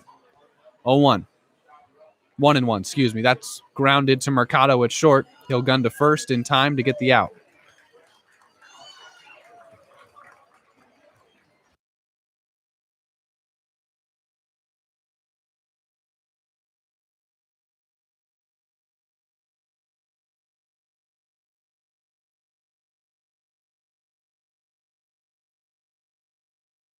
McMurray stands in with 1 out, no one on. He's 1 for 2 so far, singled his first time up. He got the first hit off of Toll. That's grounded to Samuelson diving. Oh, he can't make the transition from glove to hand, and McMurray is aboard with a hit. Yes, with a hit. Ruled a single, and McMurray is now 2 for 3 against Toll. Great job by Samuelson stopping it from going into left field, but again, the transition from glove to hand popped out. Ends up being a base hit for McMurray. He's safe at first now for Cowley, who I want to see how this at-bat goes. We all do. Here's the first pitch to him. It's taken for strike 1. He has singled off of Toll. He homered to tie the ball game back in the in the 3rd. We're in the top of the 5th now. It's 4-2 Blues. And here's an 0-1 to Cowley. Grounded to Fenn at second. He'll gun to first in time to get him. Looked like there might be an opportunity for a double play. Couldn't field it cleanly enough to toss to Mercado and give Ruben the chance to throw to first for the double play. It'll go down as a 4-3 ground out. McMurray advances 90 feet, is now at second base. Here's Peyton Lewis, who's 0 for 2 with a strikeout and a fly out to right. 2 gone in the top of the 5th. It's 4-2.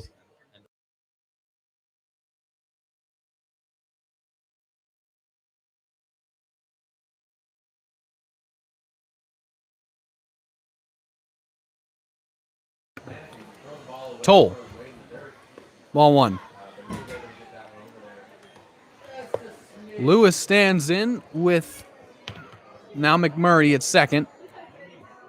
Cowley almost grounded into a double play. 2 gone, top 5. Here's a 1-0 pitch. Breaking and missing outside, it's 2-0. Longest Toll has gone in a ball game. It was his last time out. He went 6 full against the Barons. He gave up 1 hit and struck out 7. Trying to get through 5. 2-0. Missing for ball 3. This is a man who has not started in college. That'll all change come this coming year. Toll, who came out of the pen, pitched 10 full innings for the Razorbacks, struck out 10 in those 10 appearances, only walked 1 man. 3 balls and no strikes to Lewis. Ball 4. Not prone to the walk. Has surrendered 2. It's his 2nd tonight. His 7th on the season. His 6th on the season. And there's men on 1st and 2nd now for Josh Cowden, who was the first man he walked tonight.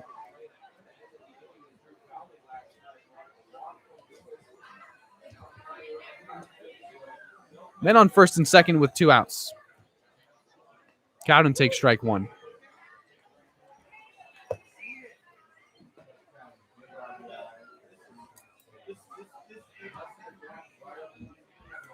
Men on 1st and 2nd for Cowden.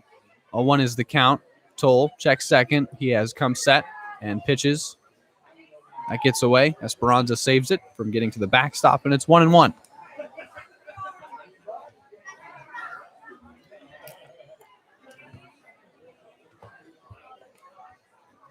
Cowden 0 for 1 other than the walk.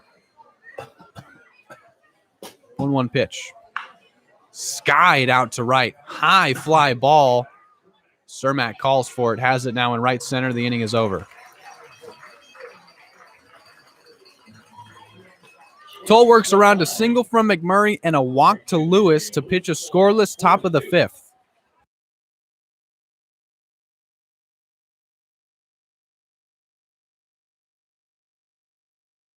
Through 5 innings pitched, he's thrown 78 pitches.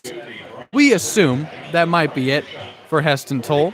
We're going to head to the bottom of the 5th now. In what is a 4-2 ball game, the Blues will look to tack on and add to what is a 2-run lead. It matches the largest lead they've had in this ball game. They'll have a chance to extend it. Kyle Sunduck remains on the mound. They got to him for 2 in the bottom of the 4th. We'll see what transpires in the bottom of the 5th. I'm Zach Ebrahim. Thanks so much for hanging out on the Blue Streaming Network and making us a part of your Wednesday evening. I'm going to take a short break, and I'll be right back with you.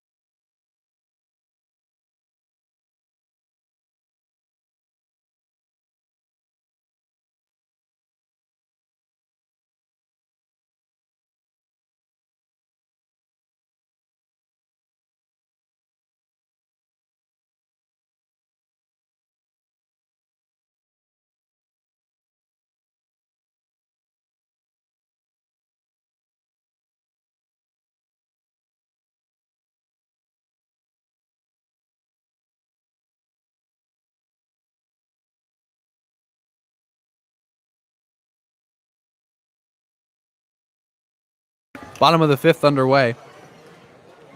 Justin Trimble leading things off. Steps into the right-handed batter's box to face Kyle Sunduck for the first time tonight. Second time tonight. That's strike 1. His first time facing Sunduck. He was the 3rd out in the bottom of the 3rd. He was the first strikeout victim from Sunduck, who has struck out 2 now as he enters his 3rd inning of relief. 0-1. Trimble takes ball 1. Our score is 4-2. Blues have matched the largest lead they've had in this one. We were tied at 2 at one point. Blues able to untie it in the bottom of the 4th. It's the bottom of the 5th now, and Trimble just took strike 2 on a breaking ball. Bases empty with no one out for him.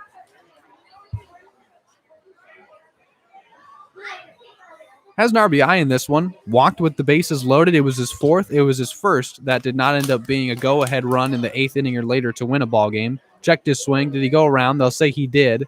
And he has struck out twice now against Sunduck. 1 gone for Fenn. Ryan is 1 for 2. He ignited that rally in the bottom of the 4th with his perfectly placed bunt single. He was able to reach. Mercado was hit by a pitch, and then the wheels would start turning. Cermak would drive in a run. Grotto, what's new? He drives in a run, and that's why it's 4-2. Sunduck looks in and deals to Fenn. Not showing bunt, taking strike 1. And Drew Cowley, he's inched in a bit. All the outfield, their heels are on the grass there. Cowley, his toes are on the grass as Fenn takes strike 2.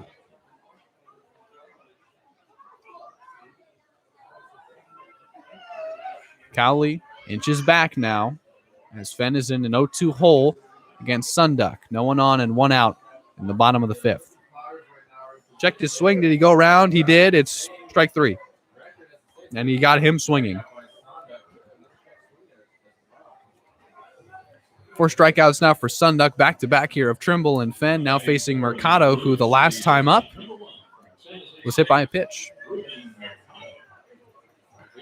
Mercado has seen 1 pitch from Sunduck. That's the one that hit him. So he stands in now with no one on and 2 outs in a 4-2 ball game in the bottom of the 5th. Blues and Saints for the 6th and final time this season. That's strike 1 as Sunduck has looked sharp here in the 5th. Both strikeouts of Trimble and Fenn. Strike 3 was called as both men checked their swings but ended up going around. Here's 0-1. That is swung on and missed. It's 0-2.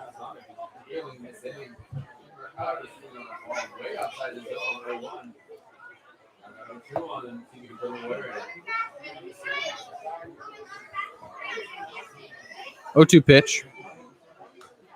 Fouled off as Mercado stays alive to see a 4th.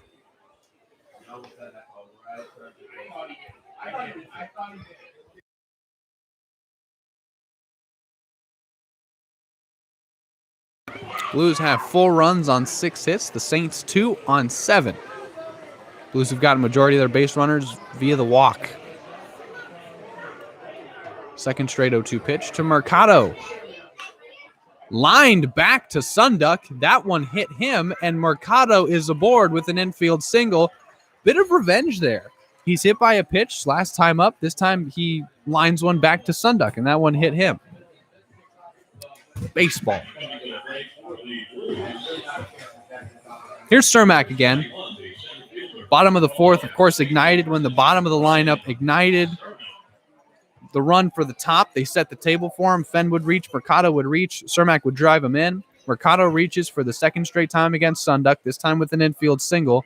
And Cermak, who's having an incredible game, swings and misses through strike 1. Sure was. He has doubled, walked, stolen a base, and driven in a run on a single.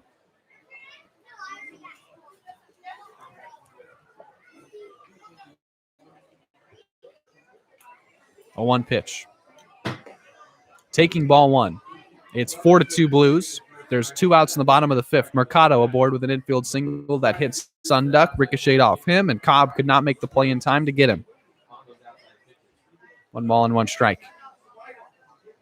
Popped up. Infield will have a look. It's Lewis. Now it's Cowley making the play. Inning is over. It's the first time Cermak has been retired, and this time it ends the bottom of the 5th. 1 hit, no runs allowed for Sunduck. Both pitchers pitch a scoreless 5th as our score remains 4-2 in favor of the Blues. I'm going to throw a tennis ball, and we all are here in the press box, at that white bucket behind home plate. I haven't been close, but today is a new day. It's 4-2 Blues. I'm going to take a short break. I'll be right back with you here on the Blue Streaming Network. Really can't thank you enough for making us a part of your Wednesday evening. Hope you've enjoyed this one as much as I have. I'll be right back.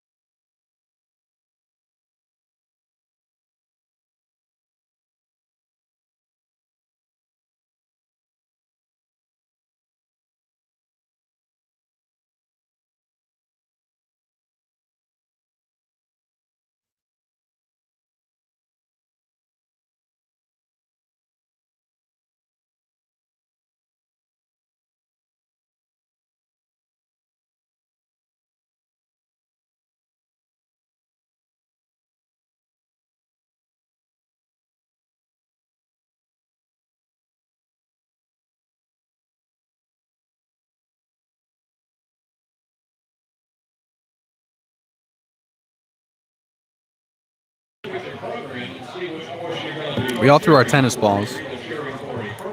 Mine was close to getting over the net. I didn't get over the net again. It's still 4-2 as we enter the top of the 6th. And newly inserted right-hander, he's a senior out of Arkansas. You know him well because he's made more appearances than any Blues pitcher. It's Miller Plyman that brings his sub-2 ERA, more specifically 1.56, into his 13th appearance. Flared out to right. It's in foul ground, but Clarkson looked like he might range that one down. Instead, it's strike one. Plyman has pitched against the Saints just once before, went 2 full innings, 4 runs scored against him on 5 hits.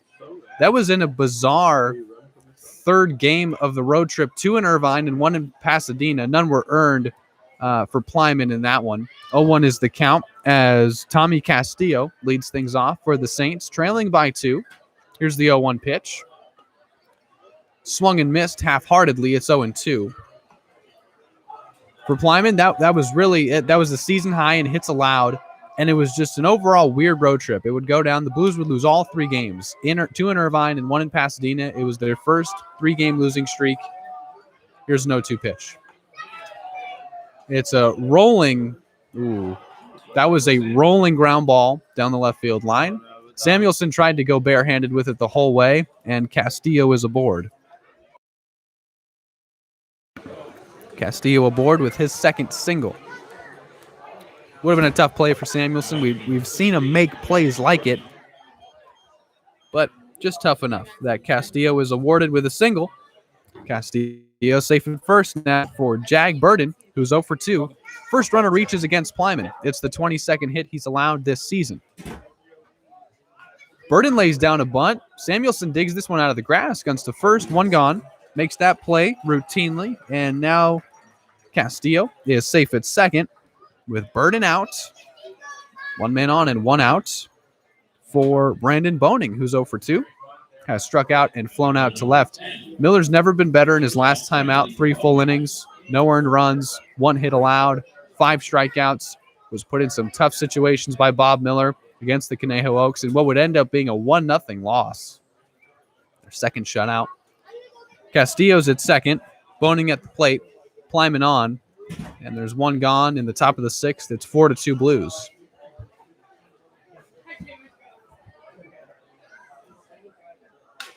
Broken bat, Plyman digs that one out, only play to first, and now there's 2 outs.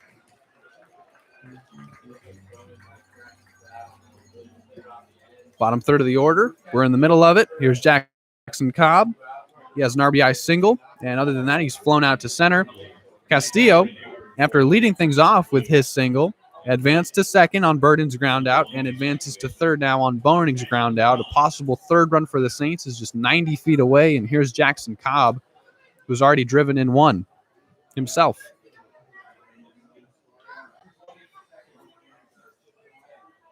For Cobb, that was RBI 17 for him. That came back in the second. First pitch misses, ball 1.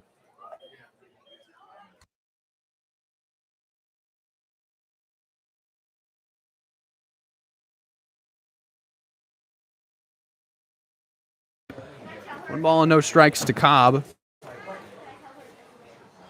Here's the pitch. Swung on and missed. Strike 1, count even at 1-1. 2 gone in the top of the 6th. Castillo just 90 feet away from scoring. Plyman trying to strand him there and make that a moot point.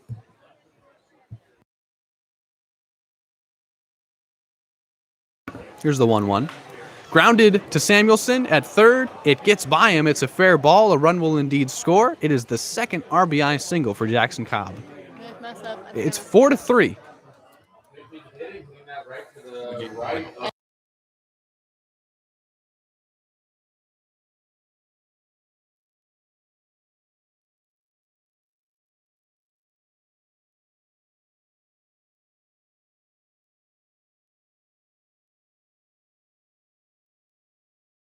Cobb aboard with an RBI single. He's made it 4-3. Plyman throws over to first to check on him. He's still safe. Cobb responsible for 2 of the 3 Saints runs that have been plated. Here's Connor Bradshaw as we are back to the top of the Arroyo Seco order.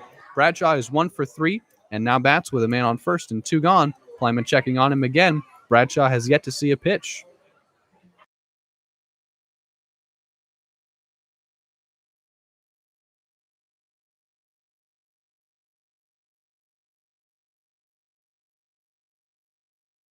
Four to three. That's ball one. 4-3 is our score. Bradshaw sees the first pitch from Plyman, takes it. Tying run is at first in the form of Jackson Cobb, who just made this a 4-3 ball game. Plyman looks in. His first inning of relief has already surrendered a run. Throw over, still safe. So Miller hasn't pitched in 4 days. Typical bullpen rest, especially at this point in the season for Bob Miller. Talking to him the other day about how he wants to limit guys' outings. He said, look, if I need our big-time pitcher in big-time spots, as Cobb's going to take off for second, throwing from Esperanza, takes a hop. Did they get him? They got him! Second base umpire kind of kept us on our feet there, left us in suspense to see if he'd make the call. Indeed, he is out. Jackson Cobb is caught stealing, and a run does score. It's 4-3. But we're going to head to the bottom of the sixth with the Blues ahead by 1. Plyman gets out of his first inning of relief, only having surrendered 1 run. It's 4-3. I'm going to take a short break. Bottom of the sixth coming up when we come back. Blues bats trying to add to what is now a 1-run cushion. Thanks for hanging out.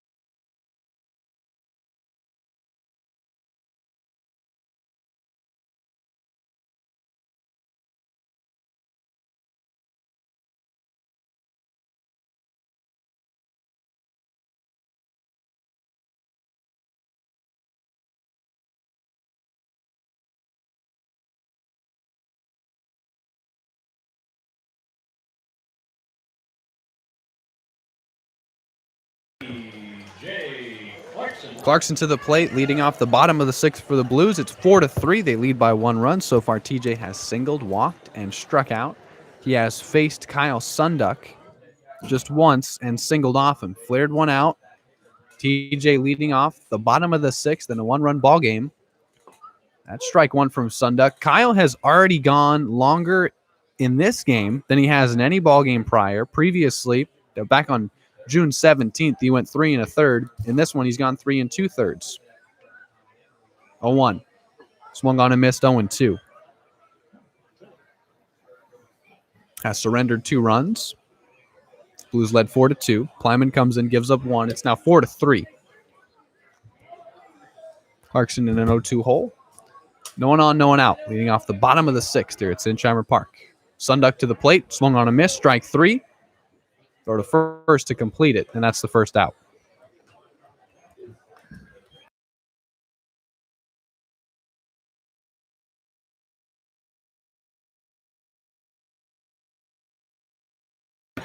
That's the 5th strikeout for Sunduck, and now we welcome Grotto to the plate. He is 1 for 1 with an RBI single. Other than that, he's walked and driven in a run on a sac fly and an RBI. No one on and 1 out for him in a 1-run ball game in the bottom of the sixth. He'll take strike one. Mason now with 2 RBIs in this one. Bless you, Evan. With 2 RBIs in this one, he has 41 on the season. He has more RBIs than games we've played the entire year. 0-1 pitch. Ball one.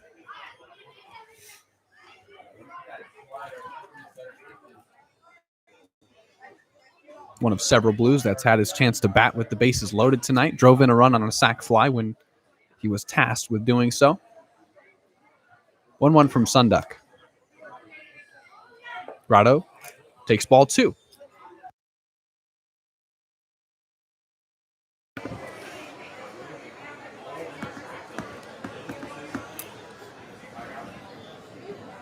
Sunduck has now gone 4 full innings against the Blues. He's been terrific. He's given up more hits than he has in any game. Strike 2 as the count evens. He's given up more hits than he has in any game prior. Again, this is a bullpen guy. Has never started or hasn't started this season. It's his 10th appearance, all out of the pen. Longest he's gone 3 1/3. He's now gone 4 full innings. Those are all going to be season high, especially in pitch count. That one's flared out to right. Cowden making the catch right on the right field line. 2 gone. It was a fair ball if it landed.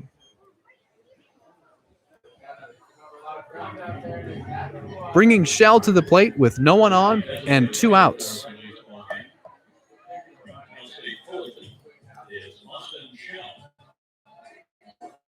Coming in tonight, Shell, in his last 7 at-bats against the Saints, was 7 for 7. Led things off with a single for his night, so he was 8 for 8. Then he grounded into a double play with the bases loaded. That ended an inning. He was hit by a pitch last time he faced Sunduck. Plunked on the shoulder. So far in this one, he's got a single and a bruise. Batting with no one on and 2 out. 4-3 our score. Blues lead, bottom 6. Sunduck to the plate. Strike 1. Tough spot to be put in when your starter only goes 1 1/3. Sunduck has come in and really done just a terrific job. He's given up as many runs as Hannon did. 0-1. Strike 2. But he's done it in twice as many innings, 3 times as many innings. As he's been eating them up. We saw Heston Toll get through 5 full. Plyman come in, get through 1. Curious to see how long Miller will go on 4 days rest. 0-2 is the count to Shell. Sunduck looking for a 1-2-3 inning. Checked his swing. Did he go around? He did not. It's 1-2.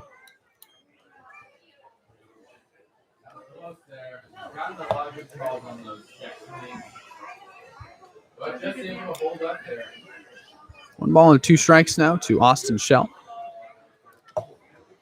DHing today and batting cleanup. Not having to worry about any defense as Esperanza does the catching. Shell was a little banged up. Last time we played the Barons here at Sinsheimer Park. Did not play on a road trip in Thousand Oaks or in Compton. Comes back here, and Coach Miller deploys his bat. 1-2. Got him swinging. It's a 1-2-3 inning. The second for Kyle Sunduck. He has struck out now. 1, 2, 3, 4, 5, 6. 6 strikeouts for Kyle Sunduck as we'll head to the top of the 7th in what is a 1-run ball game. Our score is 4-3 in favor of the Blues. Top of the 7th coming up. I'm going to take a short break. I'll be right back with you. Thanks so much for making Blues baseball part of your Wednesday evening here on the Blues Streaming Network. I'll be right back.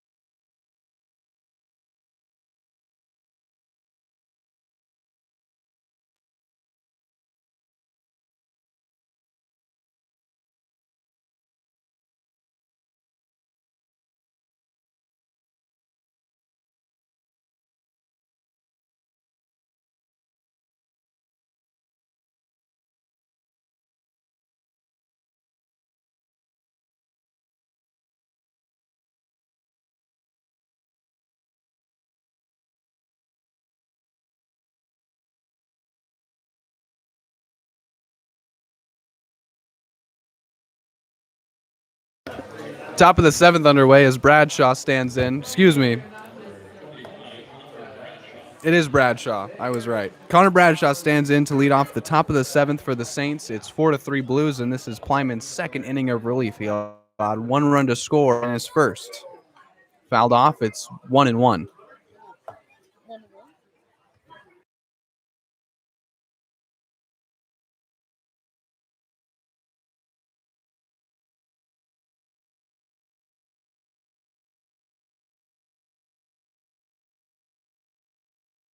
One and one.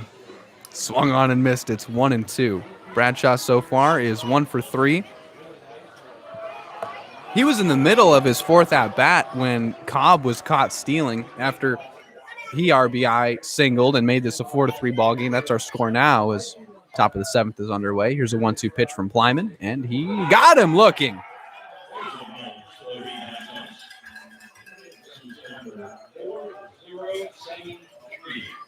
First strikeout for Plyman gets Bradshaw on a backwards K, and here's Jake McMurray.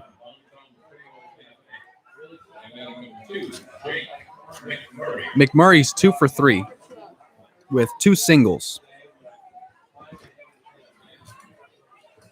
1 out, top 7, no one on. First pitch popped up. Infield will have a look. Fenn calling, making the play. 2 gone.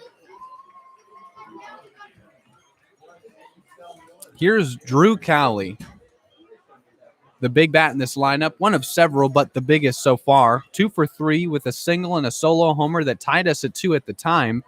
Now it's 4-3 with the Blues in front. But this is a guy who likes hitting against the Blues. 2 of his 4 home runs this season are against us here at Sinsheimer Park. Plyman to the plate. Ooh, generous strike call in the outside corner. It's 0-1.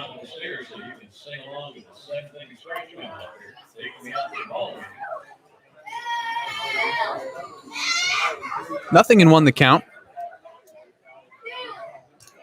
Here's that 0-1. Swung on and missed, strike 2.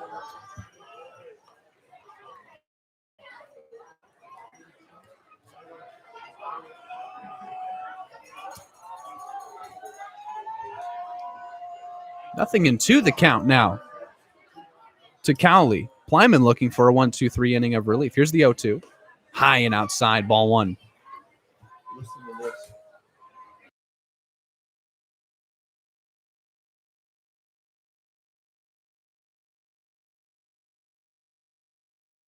One ball and 2 strikes. Grounded right to Clarkson at first. He doesn't let it get by him. He tosses to Plyman. Did he get his foot down? He did.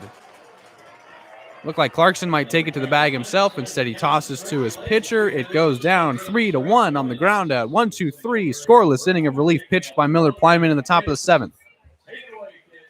Keeping us at 4-3. It's time to stretch at Sinsheimer Park. I'll be right back.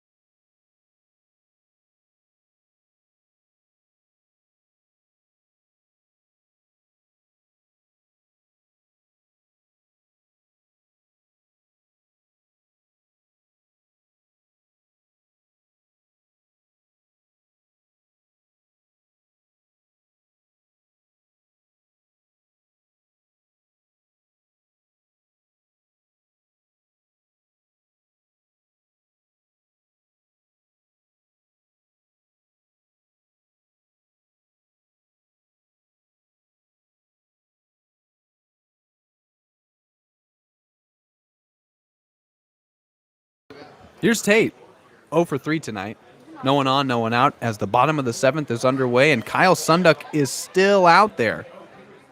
He's pitched 4 2/3, an inning and a third more than he's gone all season long. He's only surrendered 2 runs. He's kept the Blues at bay. 4-3 is our score with San Luis Obispo in front. Samuelson takes strike 1.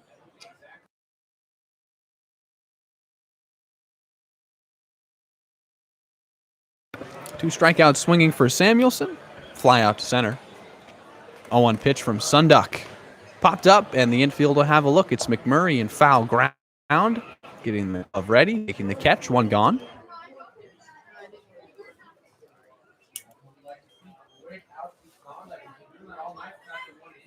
Second pop up to first we've seen. Fenn, now Samuelson have both done it. Tate's now 0 for 4. Here is AJ Esperanza, 0 for 2 with a walk. No one on and 1 out for him in the bottom of the 7th, and what's a 1-run ball game? It's 4-3 here at Sinsheimer Park.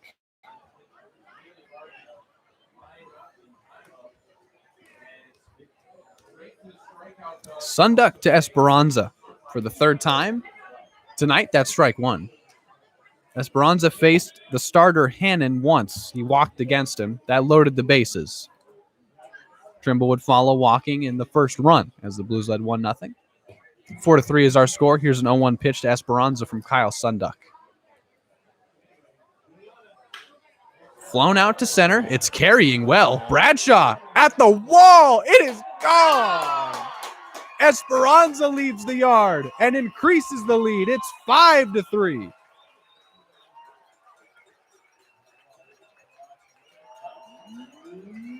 You keep that big bat in the lineup.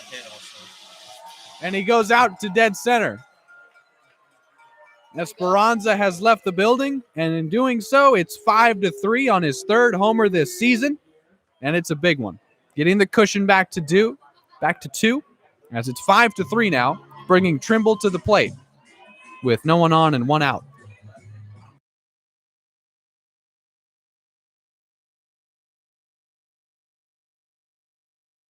First pitch to Trimble, strike 1. It's the 3rd run allowed by Sunduck. It's the 2nd homer of the ballgame. It's just the 2nd extra base hit. Cermak had a double. Now Esperanza homers. It's 5-3 Blues. Here's an 0-1 to Trimble. Foul tapped, and it's 0-2. As they waited for that one to roll foul, as if it was...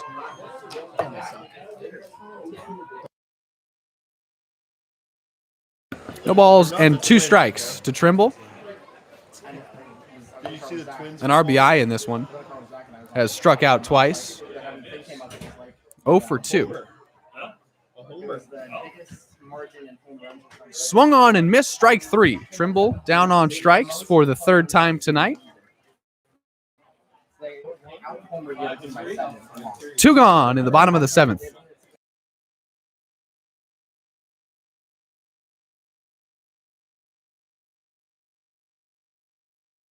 Here's Fenn 1 for 3. Single strikeout and has popped out to first as documented earlier. No one on for him. It's 5-3 Blues. Here's Sunduck to the plate. Swung on and missed, strike 1.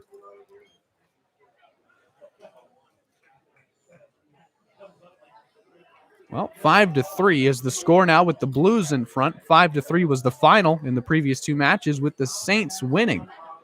Curious. 1 ball and 1 strike.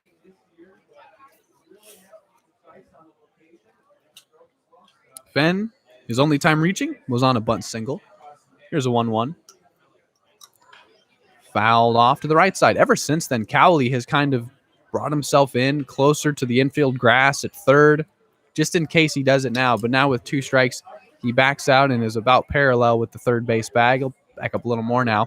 Sunduck has allowed 1 run to score in this inning, trying to get Fenn out to end the bottom of the 7th. It's 5-3 Blues. Here's a 1-2 pitch. Got him swinging. Strikes out 2 in the inning. Gets Samuelson to pop up, but the damage done by AJ Esperanza, who went deep to dead center. His 3rd homer of the season, giving the Blues a 5-3 lead. 2nd homer of this ballgame. First by the Blues, and we're going to head to the top of the 8th. with our score 5-3. It's another good one here at Sinsheimer Park. You don't want to go anywhere. You don't want to miss the rest of these games. They've all just been outstanding. 5-3. Big one for both teams.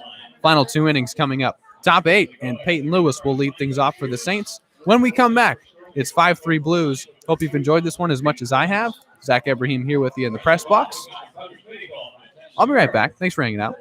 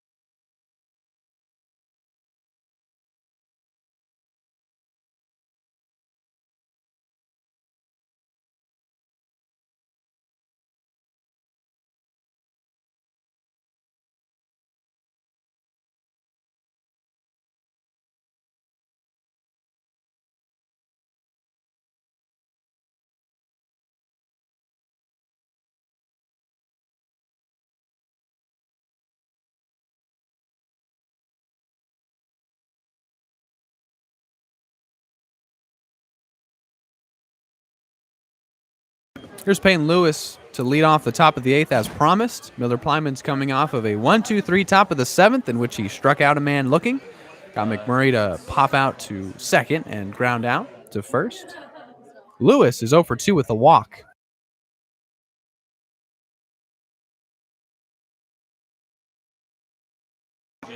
Plyman to Lewis. Here's the first pitch. Ball 1. Number 12 is in right field now. I assume he's taking Trundle's spot. 1-0 the count. Lewis without a base hit. He's doing the catching today. He'll swing and miss through strike 1. Blues are 23-15 coming into tonight. The Saints at 19-13.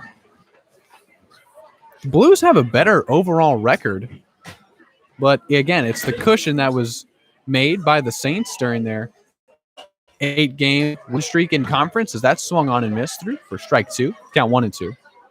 Since then, they've lost 3 straight. Blues are trying to make it 4 straight, and again, with a win here tonight, would just be half a game out of the 1 seed in the South. 1 seed gets a bye once the state playoffs start up in Lincoln. 1-2 pitch from Plyman to Lewis. Foul tipped, and it's 1 and 2.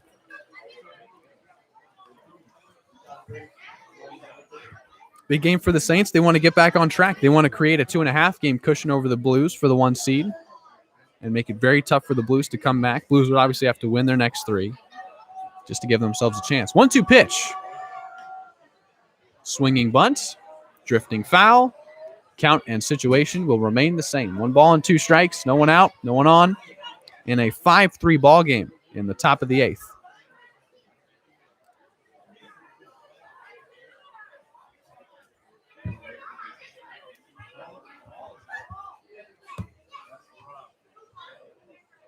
Another good crowd on hand. Temperature's getting a bit low. About to be sweatshirt time. Another beautiful night. Purple skies. Pink clouds over to our right. 1 ball and 2 strikes. Got him swinging. Plyman, he sat down 4 straight. And now has 2 strikeouts.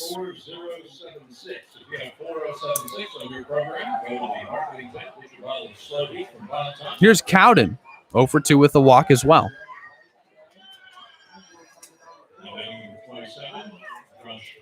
Plyman's gone 2 innings here. Getting through this one would give him 3 full innings pitched in relief. First pitch to him. Strike 1. If Plyman gets through this 8th relatively easily, will he pitch the 9th? Will Bob Miller insert someone else to close it? Decisions to be made in what is, you could argue, the biggest game of the year for the Blues. 0-1 pitch. In there, strike 2. Longest Plyman has gone is 3 2/3. If he asks him to go the rest of the way, he'd ask him to go 4 innings. It's certainly not out of the realm of possibility, given Plyman's pitch count and efficiency. 0-2 is the count now to Cowden. Swung on and missed, strike 3. He has sat down Lewis and Cowden swinging. He's gotten 3 strikeouts. Now faces Tommy Castillo. Wow, more hot sauce. The fans, more hot sauce. Castillo is 2 for 3 with 2 singles and a stolen base.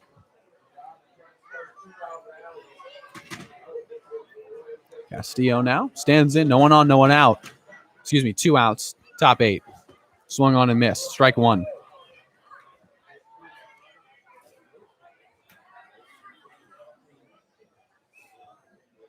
Blues coming off of a loss last night. Game was untied at this point in the game. Top 8. Taken inside and high, ball 1. That was Zach McCleve picking up the loss last night as a run scored against him in the top of the 8th. McCleve was pitching on 1-day rest. Here's Plyman pitching on 4. Could be asked to go the full 4 and cover this one. That's taken inside, ball 2. Blues got good start from Heston Toll. Not his best, not his worst. Only gave up 2 runs and 5 full innings pitched. It's 5-3 Blues. Here's a 2-1 pitch. Hit out to left. Grotto under it. Makes the play. Inning over. It's a second straight 1-2-3 inning of scoreless relief. Pitched by Miller Plyman. He's gone 3 full. He's only allowed 1 run to score. He has struck out 3.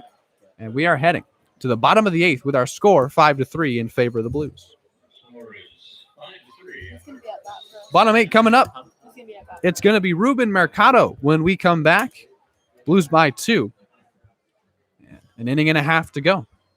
Hope you've enjoyed this one as much as I have. Zach Ebrahim here in the press box in Scheimer Park. It's game 39 of the Blues season. Just incredible. We've made it this far. And the Blues are trying to make that final playoff push. After tonight, 3 more games, final weekend series, final 3 at home, Friday, Saturday, Sunday. We won't get ahead of ourselves too much here, as I tend to do. But the bottom of the 8th is coming up. There's a new pitcher on the mound for the Saints. We'll introduce you to him when we come back. Thanks for hanging out.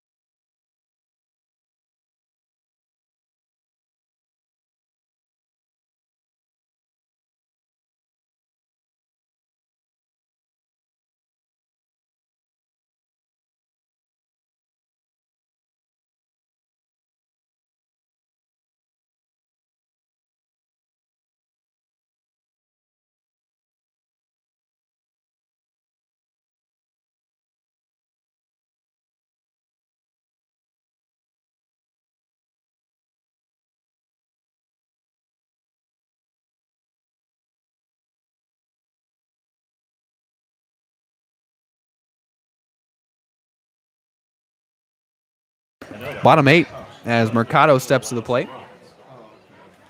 It's 5-3 Blues. My mistake. Kyle Sunduck is still out there. I keep waiting for him to get out of the ballgame, but he is still in there. Kyle Sunduck is going to pitch to Ruben Mercado with no one on and no one out in the bottom of the 8th. Ball one. Not enough can be said for what he's come in and done in terms of eating up innings. He might as well have started this game, and you think that if he did, after seeing what Hannon gave them in the first inning and a third, they could easily be up in this game. Who knows? 1-0 pitch. And there's strike one. Everyone's correct and everyone is right in hindsight, but Kyle Sunduck, not enough can be said for what he's done here. 5-3 our score. 1-1 pitch. Mercado grounds one to Cowley at third. He'll snag it with the glove and gun to first. 1 out.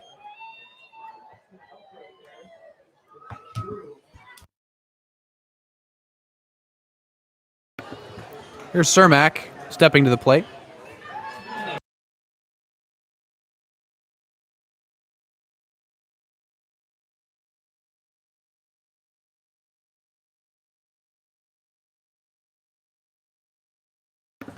He has doubled, singled, and a run, walked and stolen a base. Facing Sunduck for now the third time. Grounded foul to the left side. So Cermak continues to scorch in his time back. It seems like if you would touch his bat right now, you'd probably end up with third-degree burns on your hand. He's just been that good. 0-1 is the count, especially having that big of a bat ignite your lineup at the very top. Led things off with a double tonight. Came in to score on a Grotto RBI single. Those two have been Batman and Robin the entire season. 0-1 is the count to Cermak. Sunduck looks in, gets the sign from Lewis, and comes set at the belt and delivers an 0-1 pitch.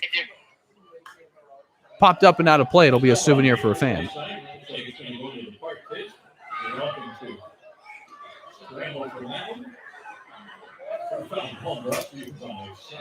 Nothing in two, the count. Cermak stands in.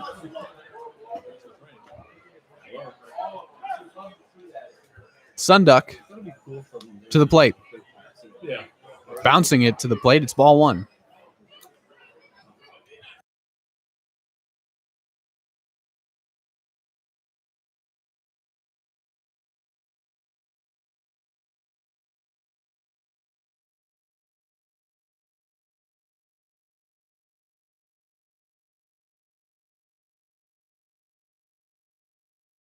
One ball and two strikes. Took ball two. So Kyle Sunduck has thrown 80 pitches tonight. In 6 innings, thank you. Hannon threw how many? 56 in 1 inning. 56 pitches in an inning and a third. 2 balls and 2 strikes to Cermak. High fly ball. Infield will have a look. It's Boning making the catch for the second out. I'm sorry for laughing. It's just incredible. Sunduck has thrown 81 pitches in 6 innings. Hannon came in and 56 in an inning and a third. And our score is still 5-3. That's also what's impressive is the fact that both guys out of the Toll was terrific. Plyman's come in. He's been awesome. But Sunduck for the Saints, not enough can be said. Retiring Cermak for the second time.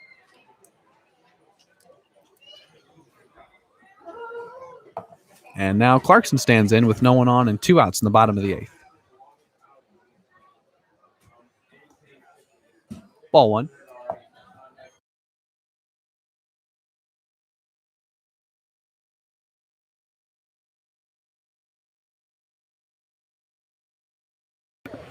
One ball and no strikes. That's strike one. Count even now at 1-1.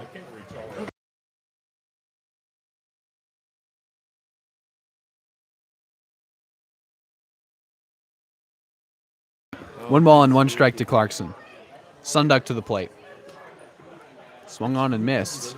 And it's strike 2. That was a pitch that was in the dirt. Could have been taken for ball 2, but Clarkson was swinging away. No one on and 2 outs. The Blues got their 5th run on an AJ Esperanza solo homer back in the bottom of the 7th. We're in the bottom of the 8th now. That's why our score is 5-3. 1 ball and 2 strikes is the count from Sunduck to Clarkson.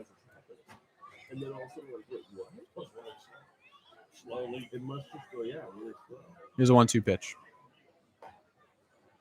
Thought about swinging, thought better of it, and takes ball 2 as the count evens. Big game for the Blues. The Conejo Oaks losing last night to the Barons was also big as they stay a game and a half behind the Blues. That one is grounded to McMurray at first. He'll take it to the bag unassisted. That ends the inning. It's a 1-2-3 inning for Kyle Sunduck. We've played 8, and there are 3 more outs to get. We will head to the top of the 9th. We'll see who's pitching, but the Blues have a 2-run lead to protect. It's 5-3. The top of the 9th is coming up. You won't go anywhere, will you? It's been a good one, as always, here at Sinsheimer Park. Hope you've enjoyed this one as much as I have. Zach Ebrahim here in the press box on the right side of the press box tonight. Before this thing's all said and done, want to try and call a game from different areas of the press box.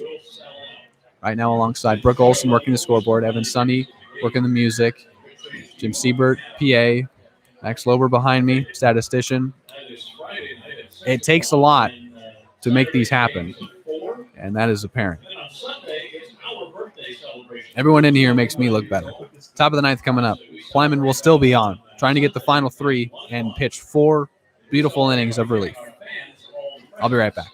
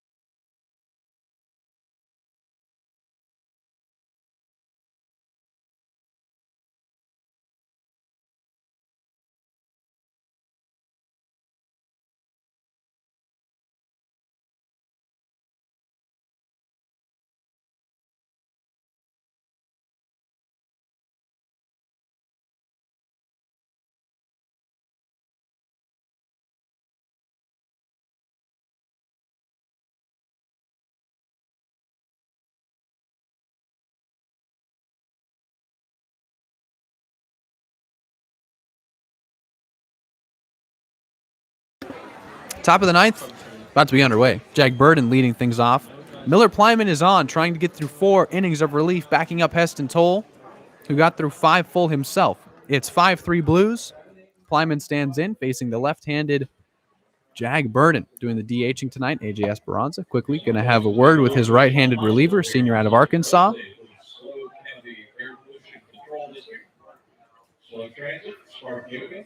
He'll face the bottom third of the Saints lineup. Jag Burden, Brandon Boning, and Jackson Cobb. So far, the only one that's done any damage against him. So far, the only one that's gotten base hits and runs scored has been Jackson Cobb. But Plyman worried about Burden. No one on, no one out. Top 9, 5-3 our score here at Sinsheimer Park.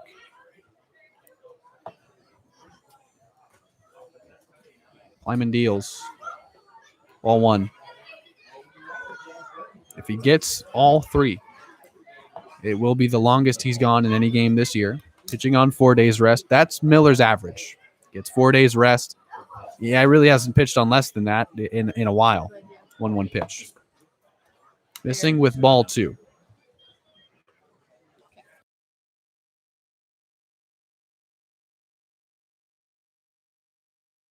Count is 2 balls and no strikes.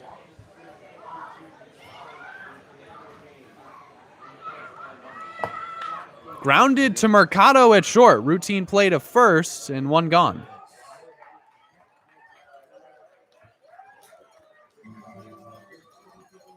Here's Brandon Boning, 0 for 3 with a strikeout.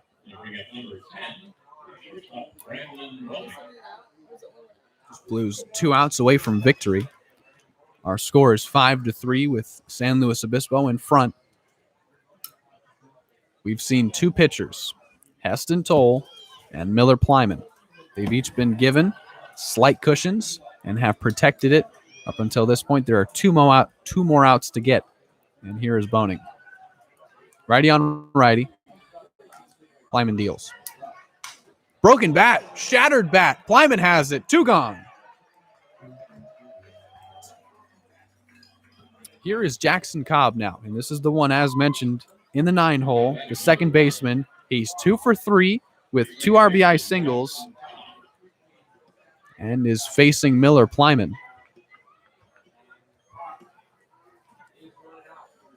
Left-handed batter is the last chance for the Arroyo Seco Saints, the 1 seed in the South. Blues trying to change that. A win would go a long way, and there's one more to get. Plyman has officially gone, the longest he's gone in any game this season, or has tied it, excuse me. Checked his swing. Did he go around? He did not. It's ball 1. So he's tied that. 3 2/3, one more out would get him to 4 full. One ball and no strikes to Cobb. Grounded to Mercado at short. Slow roller. Gunning to first in time to get him. The game is over. Plyman goes 4 full. Toll hands it off to Miller. Blues get the victory 5-3. And just how weird is this? 16th 5-3 Saints win. 18th 5-3 Saints win. What is it? The 28th 5-3 Blues win. They tie the season series with the Saints at 3-3. They pick up a full game on them in the standings. They're now just half a game out of first place in the South. Not enough can be said for the timely hitting. And as mentioned, the Blues have gotten a majority of their wins when they get timely hitting, complementing a solid start and any solid performance out of this pitching staff. They got 2 tonight. Heston Toll, Miller Plyman, AJ Esperanza with a solo homer. Ryan Cermak drove in a run. Mason Grotto drove in 2, and Trimble drove in 1 on a walk. 5-3 is your final. Win, save. Toll gets the win. Plyman gets a 12-out save.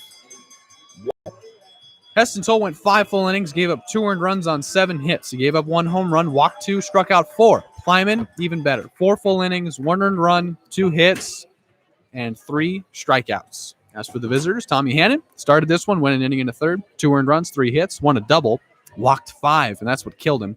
Wild pitch, 2 strikeouts.